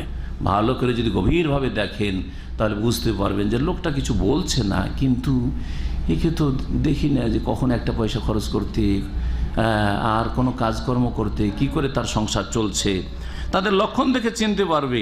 লা ইয়াসআলুনা আন-নাসা ইলহাফা, মানুষের কাছে নাছোড় হয়ে যাচ্চা করে না, ধরলো আর নাছোড় বান্দা এরকম করে না। যারা নাছোড় হয়ে চাই তারা অধিকাংশ চরিত্রহীন। রাস্তাঘাটে দেখবেন যদি একটি দাড়িওয়ালা দেখে এমন করে হাত লম্বা করে দিবে, আপনি এগিয়ে চলে যাচ্ছে না, আপনার পিছনে পিছনে ছুটেছে। হ্যাঁ, গাড়ি নিয়ে কোনো সিগন্যালে দাঁড়িয়েছেন, এসে হাত লম্বা করে দিচ্ছে, দেখছে যে দাড়ি সকল সুরতটা ভালো আছে, কিছু দিবেই, ও ছাড়ছে না যতক্ষণ পর্যন্ত সিগন্যাল না করছে ও নিবে, তাহলে এক দুরিয়াল না দিলেও যাচ্ছে না। এদেরকে দেওয়াটা বড় কাজ নয়, এর চাইতে বেশি বড় কাজ হচ্ছে যারা জীবনেও চাই না কিন্তু আসলে অভাবী, তাদেরকে চিহ্নিত করতে হবে। এলহাফা মানে নাছোড় হয়ে চাওয়া, লা ইয়াসআলুনা আন-নাসা ইলহাফা, নাছোড় হয়ে চাই না, একবারে পিড়াপিড়ি করে যে দিতেই হবে, হ্যাঁ না দিলে আমি ছাড়বো না। আরে কাপড় ধরে টানাটানি শুরু করে দেশে, দেখেছেন না? দেখেন নাই? কিছু ভিক্ষুক আছে তারা কি করে, কাপড় ধরে টানাটানি শুরু করে, আপনার পিছনে পিছনে চলতে আছে, কাপড় ধরে টানতে আছে। জি হ্যাঁ, ওমা তুনফিকু মিন খাইরিন ফাইন্নাল্লাহা বিহি আলিম, আর যা কিছু কল্যাণমূলক খরচ করো আল্লাহ সে সম্পর্কে সম্যক জ্ঞানী। এখন আল্লাহ রাব্বুল আলামিন প্রশংসা করছেন যারা আল্লাহ সন্তুষ্টির জন্য উদার চিত্তে রাত দিন সব সময়, যখন গোপনে হয় গোপনে, যখন প্রকাশ্যে খরচ করা লাগে প্রকাশ্যে দান করার প্রয়োজন প্রকাশ্যে দান করে, তাদের উত্তম প্রতিদানের কথা বর্ণনা করছেন। বলছেন আল্লাযীনা ইউনফিকুনা আমওয়ালাহুম বিল-লাইলি ওয়ান-নাহার, যারা তাদের ধন সম্পদ ব্যয় করে রাত দিন সব সময়, যখন দরকার। এই নয় যে রাত হয়ে গেছে আর দিব না, আমাদের সেরকম বেদাতি লোক আছে না? নেই? আমাদের মা খালারা অনেকে এরকম বেদাতি আছে, রাত্রে সারাদিন তাদের বাড়ি ভাত হয়নি, অনাহারে আছে, রাত্রে এক কাঠা চাউল দাও তো খালাম্মা, বলছে না না না না দেবো না, সব ধন সম্পদ বেরিয়ে চলে যাবে। বেদাতি আকীদা আছে, শুনেছি নিজের কানে, এগুলো ছোট থেকে মানুষ হয়েছে ওই পরিবেশে, দেবেন না। একজন বুড়ি ছিল আমাদের এলাকায়, মাদ্রাসায় পড়তাম ওখানে, সেই বুড়ি বৃহস্পতিবারে কাউকে ভিক্ষা দিবে না, বৃহস্পতিবারে ভিক্ষা দিলে ফকির হয়ে যাব। কথা বলছেন, এইরকম কত যে কুসংস্কার, এগুলি হচ্ছে যতগুলি টোটকা ফোটকা বা এইরকম যেগুলি অলক্ষী বা কুলক্ষণ, এগুলি হচ্ছে শিরক। কি বলছেন নবী সাল্লাল্লাহু আলাইহি ওয়াসাল্লাম? আত্মেয়ারা তো শিরকুন, রাতে দান করলে কি হয়ে যাবে? শুধু দান করার না, একবার মাল সামান কিছু আছে কোনো লোকের, দিনে সময় পায়নি বেচারা, রাত্রে বলছে আমার মাল সামানগুলি আপনার বাড়ি থেকে নিয়ে যাই, বলছেন না জীবনে তো মরে গেলেও দিব না।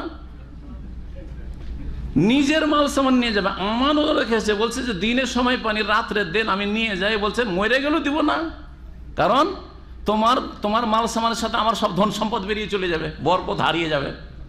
আউযুবিল্লাহ, শিরক। কোথায় আছেন? আমাদের সমাজে এরকমই, জি, শিরকে জর্জরিত। আল্লাযীনা ইউনফিকুনা আমওয়ালাহুম বিল-লাইলি ওয়ান-নাহার, যারা তাদের ধন সম্পদ খরচ করে রাতে দিনে, সিররান ওয়া আলানিয়া, গোপনে প্রকাশ্যে, ফালাহুম আজরুহুম ইনদা রাব্বিহিম, তাদের প্রতিদান রয়েছে তাদের প্রতিপালকের কাছে, ওয়ালা খাউফুন আলাইহিম, তাদের কোনো ভয়ও নেই, ওয়ালা হুম ইয়াহজানুন, আর তারা চিন্তিত হবে না। আল্লাহ রাব্বুল তারপরে বলছেন আল্লাযীনা ইয়াকুলুনা রিবা। এখন আসি আরেকটি বিষয়, এখন পর্যন্ত যে আলোচনাগুলি হইল সেটা হচ্ছে দান সাদকা। দান সাদকা হচ্ছে সওয়াবের কাজ, আল্লাহর নৈকট্য লাভের কাজ, জান্নাত হাসিল করার কাজ, জাহান্নাম থেকে মুক্তির কাজ, দুনিয়াতে বেঁচে থাকাকালীন বালা মুসিবত, রোগ, বিপদ আপদ, দুর্ঘটনা এড়ানোর মাধ্যম। জি, বালা মুসিবত দূর হয় কিসে? দান খেরাত সাদকা করলে।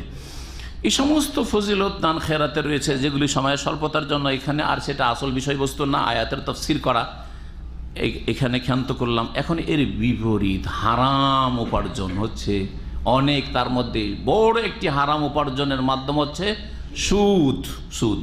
সেটা ব্যক্তির কাছ থেকে নেন, অভাবী ব্যক্তির কাছ থেকে নেন, সচ্ছল ব্যক্তির কাছ থেকে নেন, কোনো কোম্পানিতে ইনভেস্ট করে আপনি বিজনেস করছেন না মজার আবার পুঁজি খাটিয়ে, বরং আপনার সাথে ফিক্স করা আছে যে আপনার টাকাতে এত পার্সেন্টেজ দেব মাসের মাস সুদ, অথবা ব্যাংকিং সিস্টেমে যে সুদ আছে আমাদের ব্যাংকে রাখেন আপনি 10% পাবেন, 13% পাবেন ইত্যাদি, আপনি 5 বছরে ডবল পাবেন, সবগুলি হচ্ছে সুদ, আল্লাহ দ্রোহিতা। আল্লাহ তাদের বিরুদ্ধে যুদ্ধের ঘোষণা করেছেন। এইরকম সুদখোর যারা সুদ খায়, সুদের ওপর টাকা নেই, অথবা সুদী সংস্থা, আর এই রকমই যারা সুদী কর্মকাণ্ডের সাথে জড়িত, সুদী কাজে তারা চাকরি বাকরি করে বা সেই দিয়ে তারা রুজি রোজগার করে, এদের বিরুদ্ধে আল্লাহ এবং তার রাসূল সাল্লাল্লাহু আলাইহি ওয়াসাল্লাম যুদ্ধের ঘোষণা করেছেন। আয়াতগুলি আসছে। আল্লাহ বলছেন আল্লাযীনা ইয়াকুলুনা রিবা, যারা সুদ খায়, লা ইয়াকুমুনা ইল্লা কামা ইয়াকুমুল্লাযী ইয়াতাখাব্বাতুহুশ শাইতানু মিনাল মাস, তারা কিয়ামতের দিনে কবর থেকে উঠবে। কেউ কেউ বলেছেন এই দাঁড়ানোটা কখন? কবর থেকে যেদিন বিচার দিবসে, পুনরুত্থান দিবসে উঠবে, কবর ফেটে ফেটে যখন উঠবে ওই সময়ের কথা বলা হয়েছে। আর কেউ কেউ বলেছেন যে এটা হাসর মাঠে চলে যাওয়ার পরে এইরকম করতে থাকবে, এই দৃশ্য তাদের থাকবে। কি? তারা দাঁড়াবে না, কিন্তু দাঁড়াবে কার মতো? ইল্লা কামা ইয়াকুমুল্লাযী ইয়াতাখাব্বাতুহুশ শাইতানু মিনাল মাস, ওই লোকের মতো দাঁড়াবে যেই লোককে শয়তান স্পর্শ করার কারণে আছাড় খেয়ে থাকে বারবার করে। হ্যাঁ, জি হ্যাঁ, মৃগীর রোগী। মৃগীর রোগী দেখেছেন? দাঁড়াচ্ছে আবার আছাড় খেয়ে পড়ছে, বেহুশ হয়ে যাচ্ছে। তাখাব্বাতা মানে কেউ কেউ বেহুশ হওয়ার অর্থ করেছেন, কিন্তু শাব্দিক অর্থ বেহুশ হওয়া নাই। আমি শাব্দিক অর্থ তাখাব্বাত মানে আছাড় খেয়ে খেয়ে পড়া, উঠছে পড়ছে, উঠছে পড়ছে, এটা হচ্ছে তাখাব্বুত। মদ খেয়ে যখন এদিক সেদিক ঝুলছে আর আছাড় খেয়ে পড়ছে আবার দাঁড়াচ্ছে, এটা বলা হয় তাখাব্বুত, আরবি ভাষায় বলা হয়। তো আল্লাহ কি বলছেন? কিয়ামতের দিনে যেদিন কবর ফেটে উঠবে, কবর থেকে উঠবে, অথবা বিচার দিবসে হাজির হবে, আর বিচার দিবস সমস্ত মানুষ এই সুদখোরগুলিকে দেখবে। এইরকম অবস্থায় কি তারা দাঁড়াবে? কেমন দাঁড়ানো? যেমন যেই ব্যক্তিকে শয়তান জিন স্পর্শ করার কারণে মৃগীর রোগে আক্রান্ত হয়ে আছাড় খেয়ে খেয়ে পড়ে, জি, অথবা বেহুশ হয়ে যায়, ভাব অর্থ করতে পারেন। কামা ইয়াকুমুল্লাযী ইয়াতাখাব্বাতুহুশ শাইতান, ওই লোকের মতো দাঁড়াবে সেই হাসরের মাঠে যেই লোককে শয়তান জিন স্পর্শ করার কারণে বেহুশ হয়ে যায়, হুঁশ আসে তখন উঠে, আবার বেহুশ হয়ে যায়, আছাড় খেয়ে পড়ে, এটা বোঝানো হয়েছে। এই আয়াতে যেমন সুদখোরের যে ভয়াবহ পরিণাম রয়েছে বিচার দিবসে হাসরের মাঠে তা উল্লেখ করা হয়েছে, তেমনি একটি আকীদার বিষয় এখানে রয়েছে গুরুত্বপূর্ণ। সেটা হচ্ছে যে জিন মানুষের ওপর বশ করে সওয়ার হয় কিনা, বা জিন মানুষকে ধরে কিনা। এটা আজকাল সায়েন্সের যুগে অনেকে অস্বীকার করেছে। হ্যাঁ, আজকাল মেডিকেলের ডাক্তার অনেকে বলে এগুলো উদ্ভট কথা। না না, উদ্ভট কথা নেই, এটা কোরআনে আল্লাহ বলছে ইয়াতাখাব্বাতুহুশ শাইতানু মিনাল মাস, মাস মানে মাসুল জিন, জিন স্পর্শ করে, যেটাকে আমাদের দেশে বলে যে অমুকের গায়ে জিন নেমেছে, আমাদের আঞ্চলিক ভাষায় বলে জিন নামা বলে, বা জিন বশ করা বলে, বলে না বলে না? জি হ্যাঁ। তো জিন যখন চলে আসে তখন ভাষা চেঞ্জ হয়ে যায়।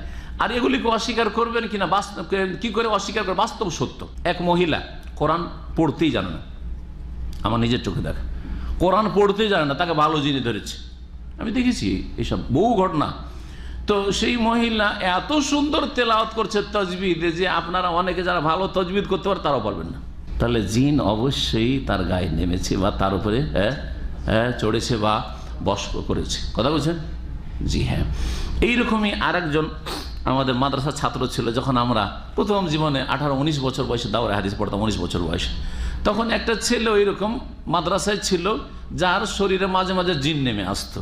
মাদ্রাসার ছাত্র, সাবালক ছাত্র, জিন যখন নেমে যেত, এমনি ভালো তেলাওয়াত করতে পারে না, অত তাজবিদ ভালো বুঝতো না, যখন জিন নেমে যেত তখন ভালো সুন্দর এত সুর করে তেলাওয়াত করতো, ওর কণ্ঠই পাল্টিয়ে যেত। নিজের চোখে দেখা, এটা আমার 19 বছর বয়সের কথা বলছি, কথা বুঝতে পারছেন? সুতরাং আজকালকার এই সায়েন্সের যুগে কেউ যদি অস্বীকার করে, এটা বাস্তবকে অস্বীকার করা তাদের অজ্ঞতার কারণে। কারণ এগুলি হচ্ছে এমন বিষয় যেগুলি হয়তো অনেক সময় চোখে দেখা যায় না, কিন্তু এটাও গায়বিয়াতেরই অন্তর্ভুক্ত। যেমন অদৃশ্য কবর আযাব বিশ্বাস করছেন না? অদৃশ্য ওহীকে বিশ্বাস করেন না আপনি, যে নবীর প্রতি ওহী হয়েছে, জিবরাইল এসেছেন, মালায়েকা দুই দিকে আমাদের আছেন, এগুলো বিশ্বাস করবেন একজন ডাক্তার? না, বিশ্বাস করে মুসলিম নয়। কথা বুঝছেন না? ঠিক তেমনই যেহেতু কোরআনে বলা হয়েছে মিনাল মাস, শয়তানের মাস, শয়তান স্পর্শ করে, এটা হচ্ছে আমাদের আকীদা, আহলে সুন্নাত ওয়াল জামাতের আকীদা। যালিকা বিআন্নাহুম কালু, কেন এই অবস্থাটা হবে কিয়ামতের দিনে? এই জন্য যে তারা বলেছিল দুনিয়াতে ইন্নামাল বাইউ মিসলুর রিবা, ব্যবসা হচ্ছে সুদের মতো। হ্যাঁ, সুদ আর ব্যবসায় পার্থক্যটা বা কি? জি হয় এইরকম করে বলেছে, না হলে আজকালকার ভাষায় বলছি, অনেক সুদখোরকে যারা সুদ খায় তাদের যুক্তি দেখাইতে দেখেছি, শুনেছি, আমার টাকাটা কি বাঞ্ঝা নাকি? কথা বুঝতে পারছেন না? আমার টাকাটা কি বন্ধে বাঞ্ঝা? বাঞ্ঝা কাকে বলে? যার ছেলে মেয়ে হয় না, নিঃসন্তান। তো আমি টাকাটা আপনাকে 1 বছর ধরে দিয়ে রাখবো, আর 10,000 রিয়াল দিলাম, 10,000 রিয়ালই ফিরিয়ে দিলেন, তো আমার টাকাটা বাঞ্ঝা? আরে কিছু তো বাচ্চা দিতে হবে। হ্যাঁ, ওই বাচ্চাটা হচ্ছে সুদ। জি হ্যাঁ, বুঝতে পারছেন? জি, এইসব যুক্তি হচ্ছে কিয়ামতের দিনে ওই রকম আছাড় খাওয়া লোকদের যুক্তি। জি, এই পরিণাম তাদের হবে। জি, তারপরে ব্যাংকে যারা চাকরি বাকরি করে তারা মেলা যুক্তি দেখায়। ব্যাংকের ম্যানেজারের সাথে একসঙ্গে বসেছি, কথা বলছেন, অনেক গল্প করেছি, কারণ বিদেশ থেকে গেলে ওরাও খুব সম্মান করে, আর আমার মতো লোক পেলে তো বুঝতে পারেন। তো অনেক আগের কথা বলছি, মদিনার ছাত্র জীবনে ব্যাংকে প্রথমে অ্যাকাউন্ট খুলতে গেছি, কারণ নিরুপায়, বিদেশ থেকে টাকা পাঠালে অ্যাকাউন্ট খুলতেই হবে। কিন্তু ওখানে টাকা শখ করে আমরা রাখবো না, যখন দেখবো যে সুদী ব্যাংক ছাড়া আমাদের উপায় নেই। কিন্তু বিকল্প যদি ইসলামী ব্যাংক থাকে তাহলে সুদী ব্যাংকে অবশ্যই অ্যাকাউন্ট খুলবো না। তো কথা হচ্ছে যে কত যে যুক্তি, সে ম্যানেজার সাহেবের বসিয়ে বসে চা খাওয়াচ্ছে, আরে আপনার টাকাটা আমরা রাখছি, আমরা তো ব্যবসাতেই খাটাচ্ছি, আপনাকে আমরা একটা 5% বা কোনো একটা পার্সেন্টেজ বেঁধে দিচ্ছি, ফিক্সড ডিপোজিট আমরা 13% দিচ্ছি, 13 থেকে 14 বা এত, 5 বছরে এটা হয়ে যায় ডবল, আমরা এর চাইতে বহু বেশি ইনকাম করছি। হ্যাঁ, যদি আপনার কোরআন শোনার জ্ঞান না থাকে তো আপনি তো দুর্বল হয়ে যাবেন। কথা ঠিকই, আমি ব্যবসা করলেও তো কিছু লাভ হইতো, কিন্তু পার্থক্য যে আছে, ব্যবসা করলে হ্যাঁ লাভ লসের সম্ভাবনা দুটোই আছে। শুধু লাভ লস না, অনেক আসল পুঁজি একবারে জিরো হয়ে যেতে পারে। হতে পারে না? পারে না? 5 লাখ টাকার ব্যবসা শুরু করে 1 লাখ টাকাও ফিরিয়ে পেলেন না, পানিতে পড়ে গেল। হতে পারে না? পারে না? কিন্তু সুদে কি হয়, একটা পয়সা মোর আসল পুঁজি ধরা আছে, যা পাচ্ছি অতিরিক্ত এটা পাচ্ছি আমি। বোঝা গেছে না?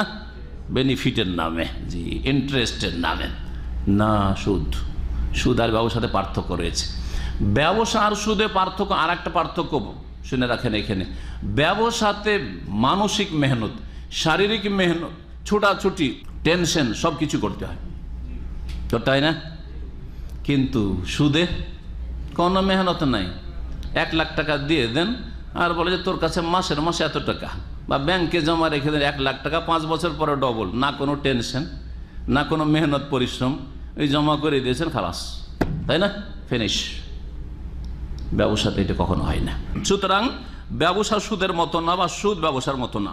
ওলামারা বলেছেন তাদের বলা উচিত ছিল এইরকম, যারা সুদখোর, ইন্নামার রিবা মিসলুল বাই, সুদটা ব্যবসার মতো, কিন্তু উল্টো কেন এরকম?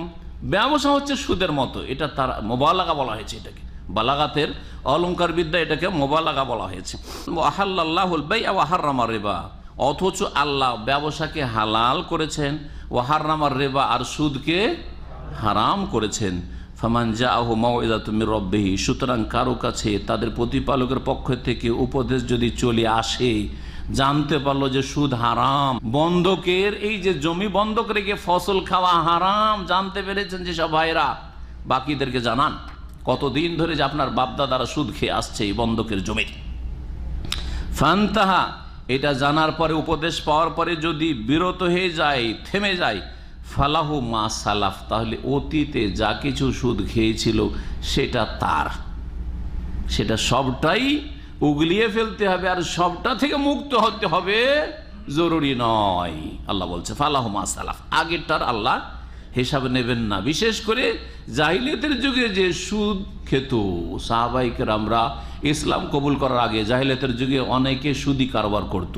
তাদের একজন বড় ধনাঢ্য ব্যক্তি ছিলেন আব্বাস বিন আব্দুল মুত্তালিব রাদিয়াল্লাহু তাআলা আনহু, রাসূলুল্লাহ সাল্লাল্লাহু আলাইহি ওয়াসাল্লামের চাচা সুদ খেতেন। এখন আব্বাসের চাচার প্রশ্ন হইল যে আমি তো মুসলমান হইলাম, জাহিলিয়াতের যুগে তো লাখ লাখ টাকার সুদ ইনকাম করেছি, তো এখন কি হবে? আগের টাকাগুলো আল্লাহ আয়াত নাজিল করে দিলেন যে আগে যা হয়েছে হয়েছেই, কিন্তু এখন যেগুলো বাকি বকিয়া সুদের টাকা অনেকগুলো বাকি আছে, আগামীতে এই লোকেদের কাছ থেকে এই সুদের টাকাগুলো উঠে আসবে, এরা দেয়নি, তাহলে আর নেওয়া যাবে না, আর নেওয়া যাবে না। তাহলে জাহিলিয়াতের বিষয়টি আলাদা আর এখনকার বিষয় আলাদা।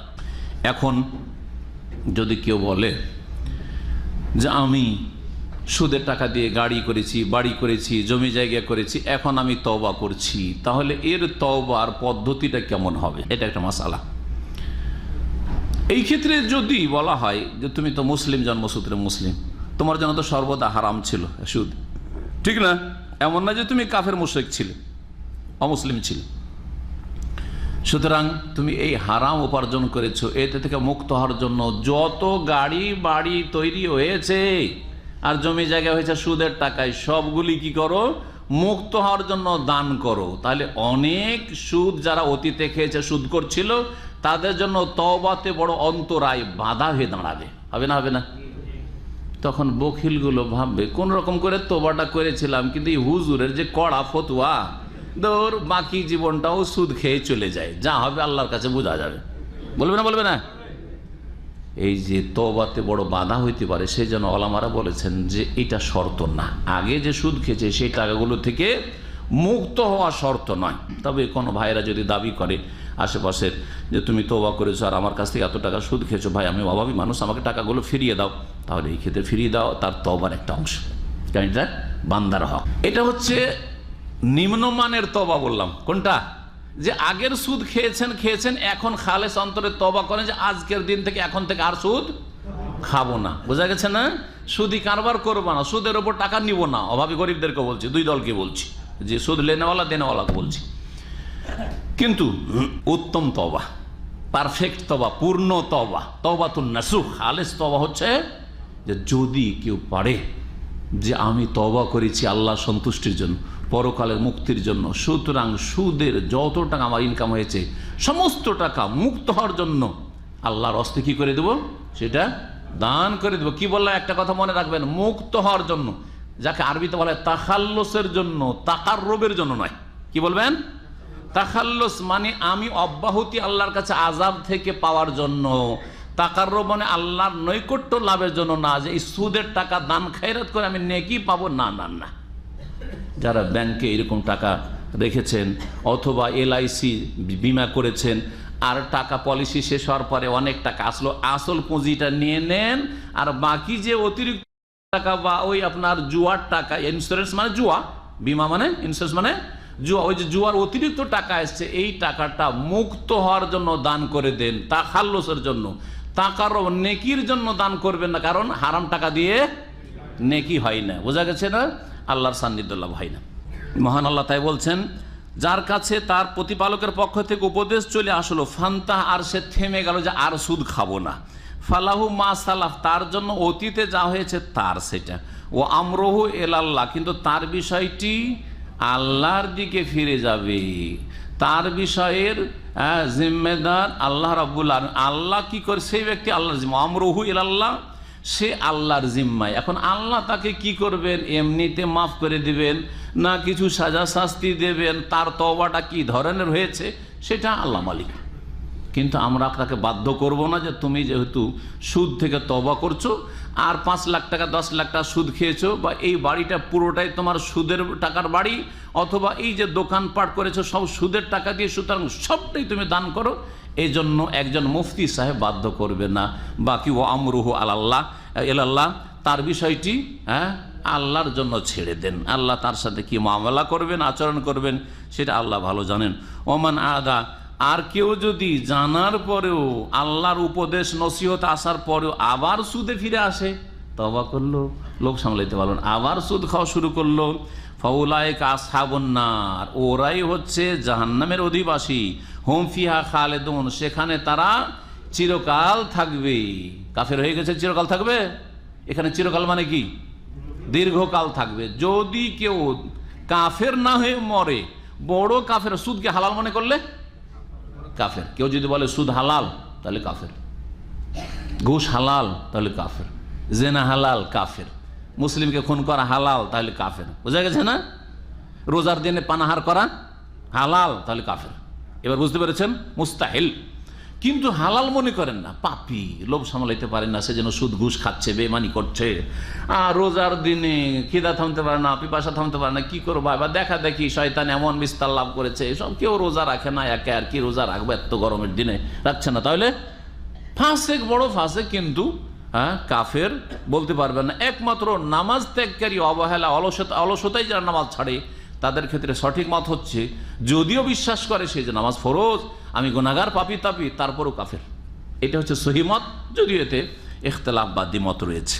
যেই ব্যক্তি আবার সুদের দিকে ফিরে যাবে, বা যারা সুদের দিকে ফিরে যাবে, তারা হচ্ছে আসহাবুন নার, তারা হচ্ছে জাহান্নামের অধিবাসী। হুম ফিহা খালিদুন, সেখানে তারা দীর্ঘকাল থাকবে। চিরকাল মানে দীর্ঘকাল থাকবে। আমরা নিজের বাকভঙ্গিমাতে এইরকমই করি।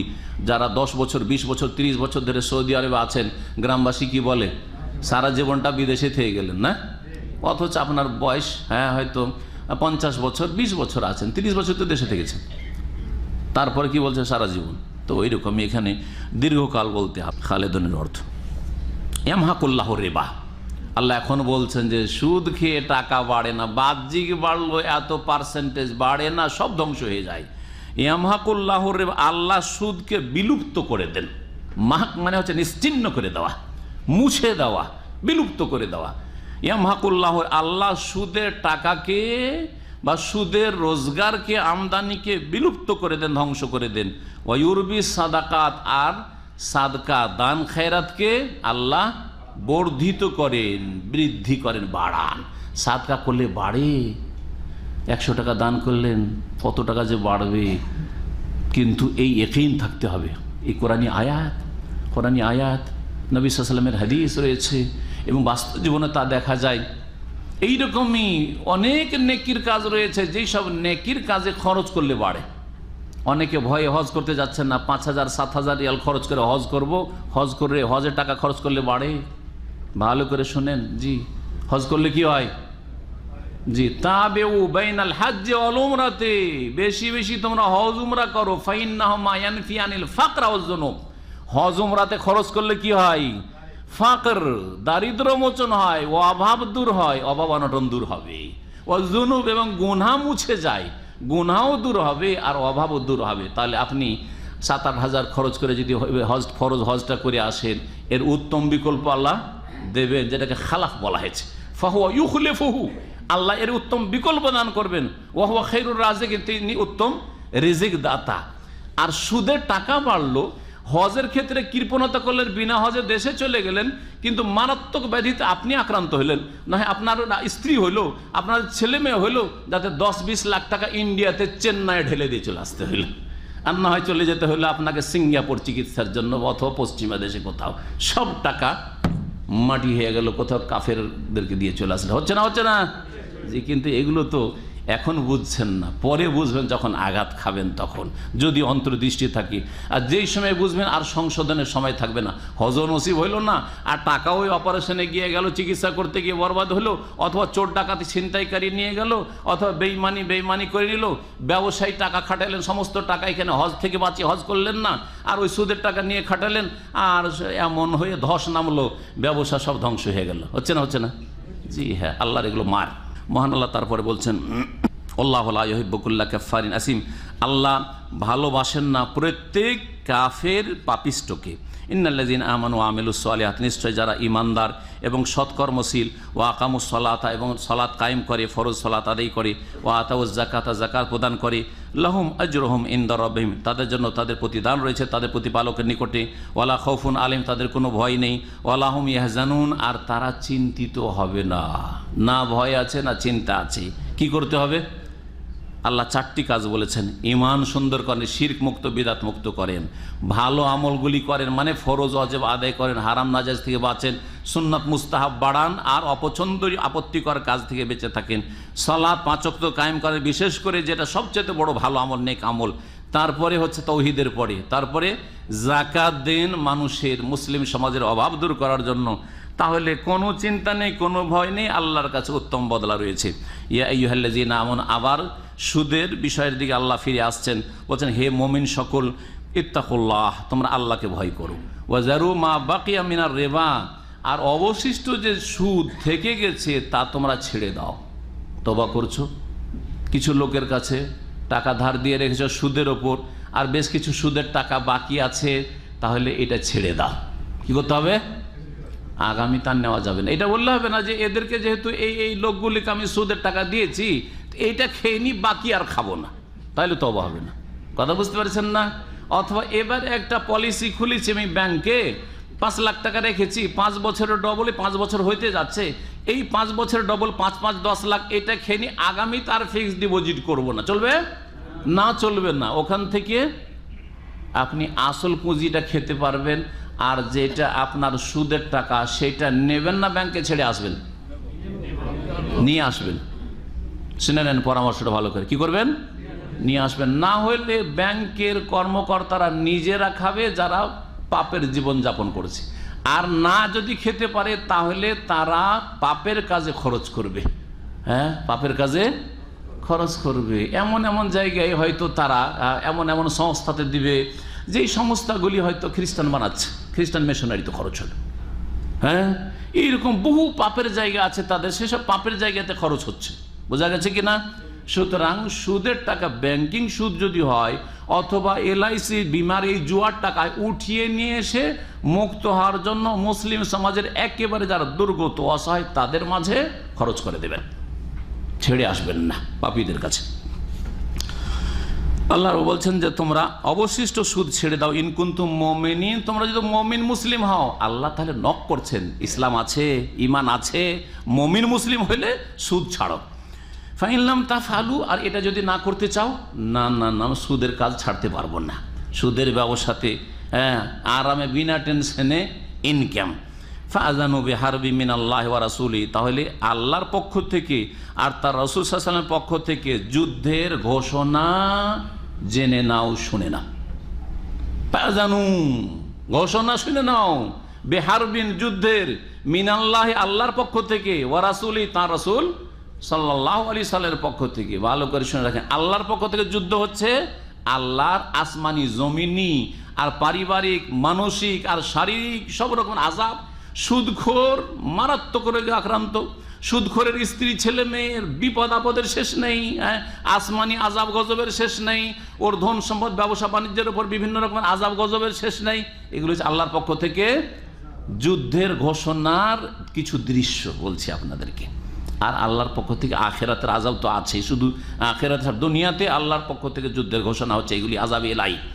আর রাসূলের পক্ষ থেকে যুদ্ধের ঘোষণা রাসূল সাল্লাল্লাহু আলাইহি ওয়াসাল্লামের পক্ষ থেকে, এর মানে হচ্ছে যে রাসূলুল্লাহ সাল্লাল্লাহু আলাইহি ওয়াসাল্লাম জীবদ্দশায় কেউ যদি সুদ ছাড়তে অস্বীকার করে, যে না সুদের ওপর টাকা দিয়েছে আমি সুদ ছাড়বো না, তাহলে রাসূলুল্লাহ সাল্লাল্লাহু আলাইহি ওয়াসাল্লাম হুকুম হচ্ছে যে তুমি এর বিরুদ্ধে কি করো?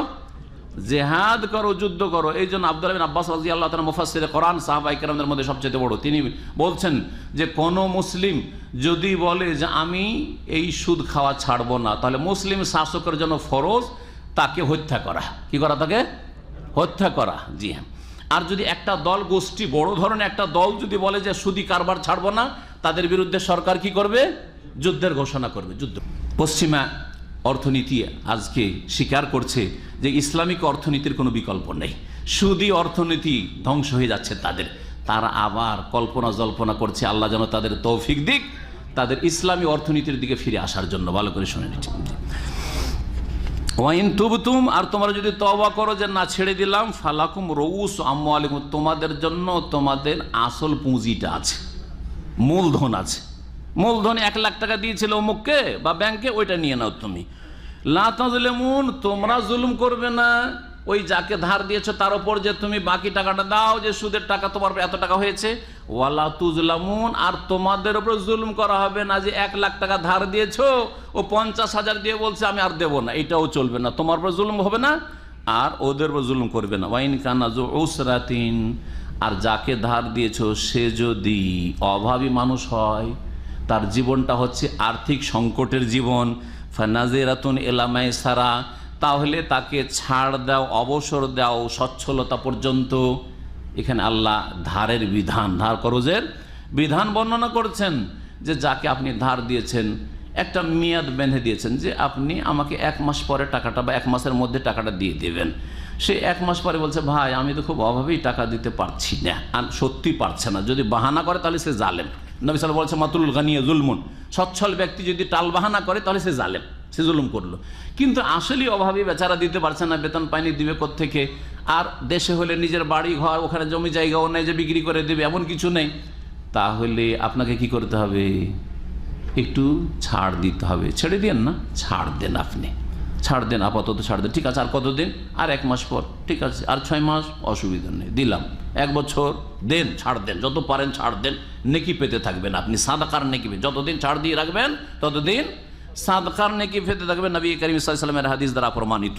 ও আনতাসাদ্দাকু, এটা হচ্ছে একটা স্তর বা স্টেপ।